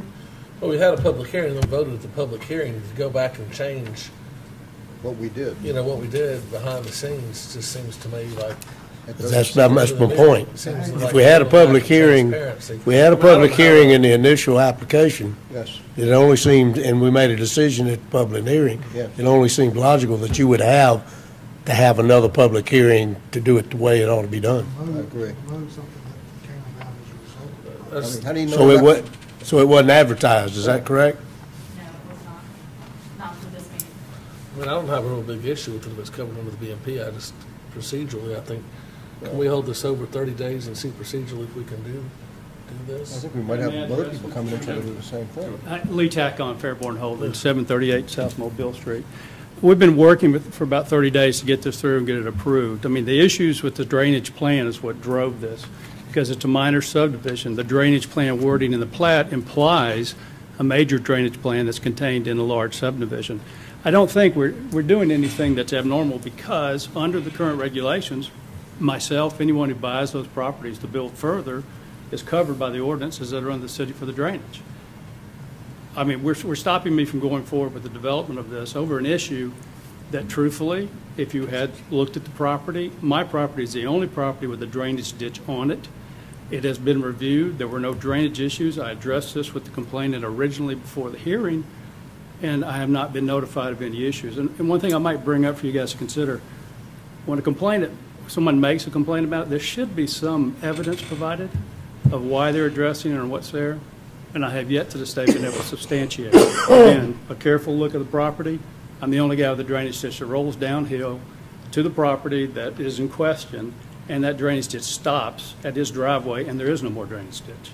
So, I mean, it's kind of an undue burden on me to have to go back through this whole process again. I appreciate you hearing it again. I appreciate you looking at it. I'll do whatever you guys deem necessary to get it approved. tell me again, why is it an issue for it to be on the plat? Okay, let me give you a little background. I've got 35 years of business experience. I've closed over $6 billion worth of acquisitions on properties around the world. Mm-hmm. You just heard an issue earlier from Matt Walcott and Danny, and you heard clarity is a very important thing to me. When I go look at a plat and I see burdens that are placed on this plat that are over and above the ordinances I've already looked at, doing my due diligence, it raises a question to me. It raises a big question. Is there an undue burden on this property that is beyond what is currently existing in the ordinance? You're concerned about the markability if you were to sell this property. If anybody who came in other than someone just off the street and did their due diligence properly, they would read those conditions that are contained in there and see that there's another burden on this property. It's diminishing the value of these properties. It is covered by your city ordinance. I understand, but let me ask you this question. Were you here at the last meeting? For the August 7th hearing? Was it August? Yes. Wouldn't it have been August? Yes. No, it's sir, August 7th. I apologize. I was out of town. Sawgrass was representing me at the time, and it didn't get addressed properly. Certainly then, when the recommendation was made by whoever made a recommendation for the approval subject to staff recommendations, and that was a staff recommendation, they should have been in a position to address the issue that you're addressing now. Drainage was not a staff recommendation at the time, sir. It came up as a result of the hearing. It was what? That was an add-on on top of the staff recommendation. But it was at the meeting that it was added on. It was discussed. My point is, it was here, it was at this meeting. They should have picked up on it. The staff recommendations had everything that was in there we were in concurrence with and agreement with. Well, the letter was at the provided. planning commission meeting, then there was an additional condition placed on that property. As a result of a letter filed by a neighbor. I understand, but it was still. That's fine. It was I still mean, there. it's how you run your commission. I appreciate the time and the effort. So it's. But it's a staff's recommendation tonight that this be corrected tonight. I have no problem with what you're requesting. Procedurally, I think I do have a problem. Exactly. Can we just, can somebody make a motion to hold this over till next month? And then staff check and make sure Yes, sir. we legally we'll have the authority to do that? Right. And if we do, I've got no problem. Ken, do we have any flexibility at all? I'll have to look. Huh? I'll have to look. So basically, we need someone to rebuke what the neighbor was saying, to say that It's not what the there's. neighbor said, it's that we put it in the motion in the public hearing. And it was added because that's what we stand The on. neighbor talked about it, but it wasn't just the neighbor itself, because I've had a real concern about, we require every subdivision that comes in to have water retention, and then in the course of a meeting, we have 15 minor subdivisions and create 15 new lots with no, water issue, and sometimes we have issues with that. I understand in this case, we don't. I wish we'd been here if I at the meeting. don't mean to interrupt, if I could address, so the gentleman who wrote the letter, and to be honest with you, that's why I made the comment about some evidence of substantiation about a claim. I'm reducing footprint. We're putting 2 lots there, so the buildable setbacks are increased. They're not decreased. So actually, the watershed from this property is reduced. And so that's my point earlier about someone writes something in and then now it impacts my property. We need a little background behind that. I mean, possibly. I mean, that's assuming that whoever builds is going to build to every single setback possible. Somebody could build a small house on one lot. Most definitely, I accept that point, but there are 7,000 to 8,000 square foot homes, 6,000 square foot homes being built all the time. You addressed it tonight with one of the setbacks. I'm saying theoretically that could occur. I probably wouldn't, but theoretically somebody. So, Mr. Chairman, What would be wrong with just adding some drainage to the new houses and doing your neighbor a favor and not threatening any I action? wholeheartly agree with you. Look, guys, why I might look a little bit agitated, I had to put in $40,000 worth of drainage myself on my property because there was a neighborhood put in on 738 on Mobile Street that's a major subdivision with no drainage. So I understand water issues. What I want you to understand is this lot has proper city culvert drainage going down the side of it. The runoff along the fence, I've asked to be shown where the erosion issues are. I have not been shown. When we build, the current regulations will require the BMP control all the water runoff from the property, and before the final approval of the building permit and occupancy, all this has to be addressed. I find it as you're putting another burden back on me to try to take a property but forward. then you build a house that corrects more drainage than what the existing drainage can handle that's in the roadway, and all of a sudden now we've created an extra burden for us as well. But in all honesty, mathematically, you produce that. It's not. Well, that's what they all say. I mean, that's what I can only speak from, you can only do the engineering work and look at it and say, it's a smaller footprint as far as runoff is concerned. You still have property that's able to absorb that water. So. Appreciate your time. Well, yeah, you're welcome. I'll take a motion to. The only alternative I see is, and I'd make a motion that we table this till the next meeting. I'll second that. Any further? All in favor say aye. Aye. Any opposed say no. And certainly what that will do is allow us, if Ken so determines that we need to have a public hearing, then we can have it advertised. You're right. If we take an action and we just go ahead and eliminate it, we can't do that. It doesn't make sense to me. I don't mind this, but it doesn't. Are we adjourned? Oh, do I have a motion to adjourn now? Mr. Chairman, at the last meeting, we said we'd talk about Greeno Road. I was going to give you some ideas, but in essence of time, I'll do it next Sounds month. great. Next week. All in favor of adjourning? What'd you say, Wayne? You had some ideas for Greeno Road?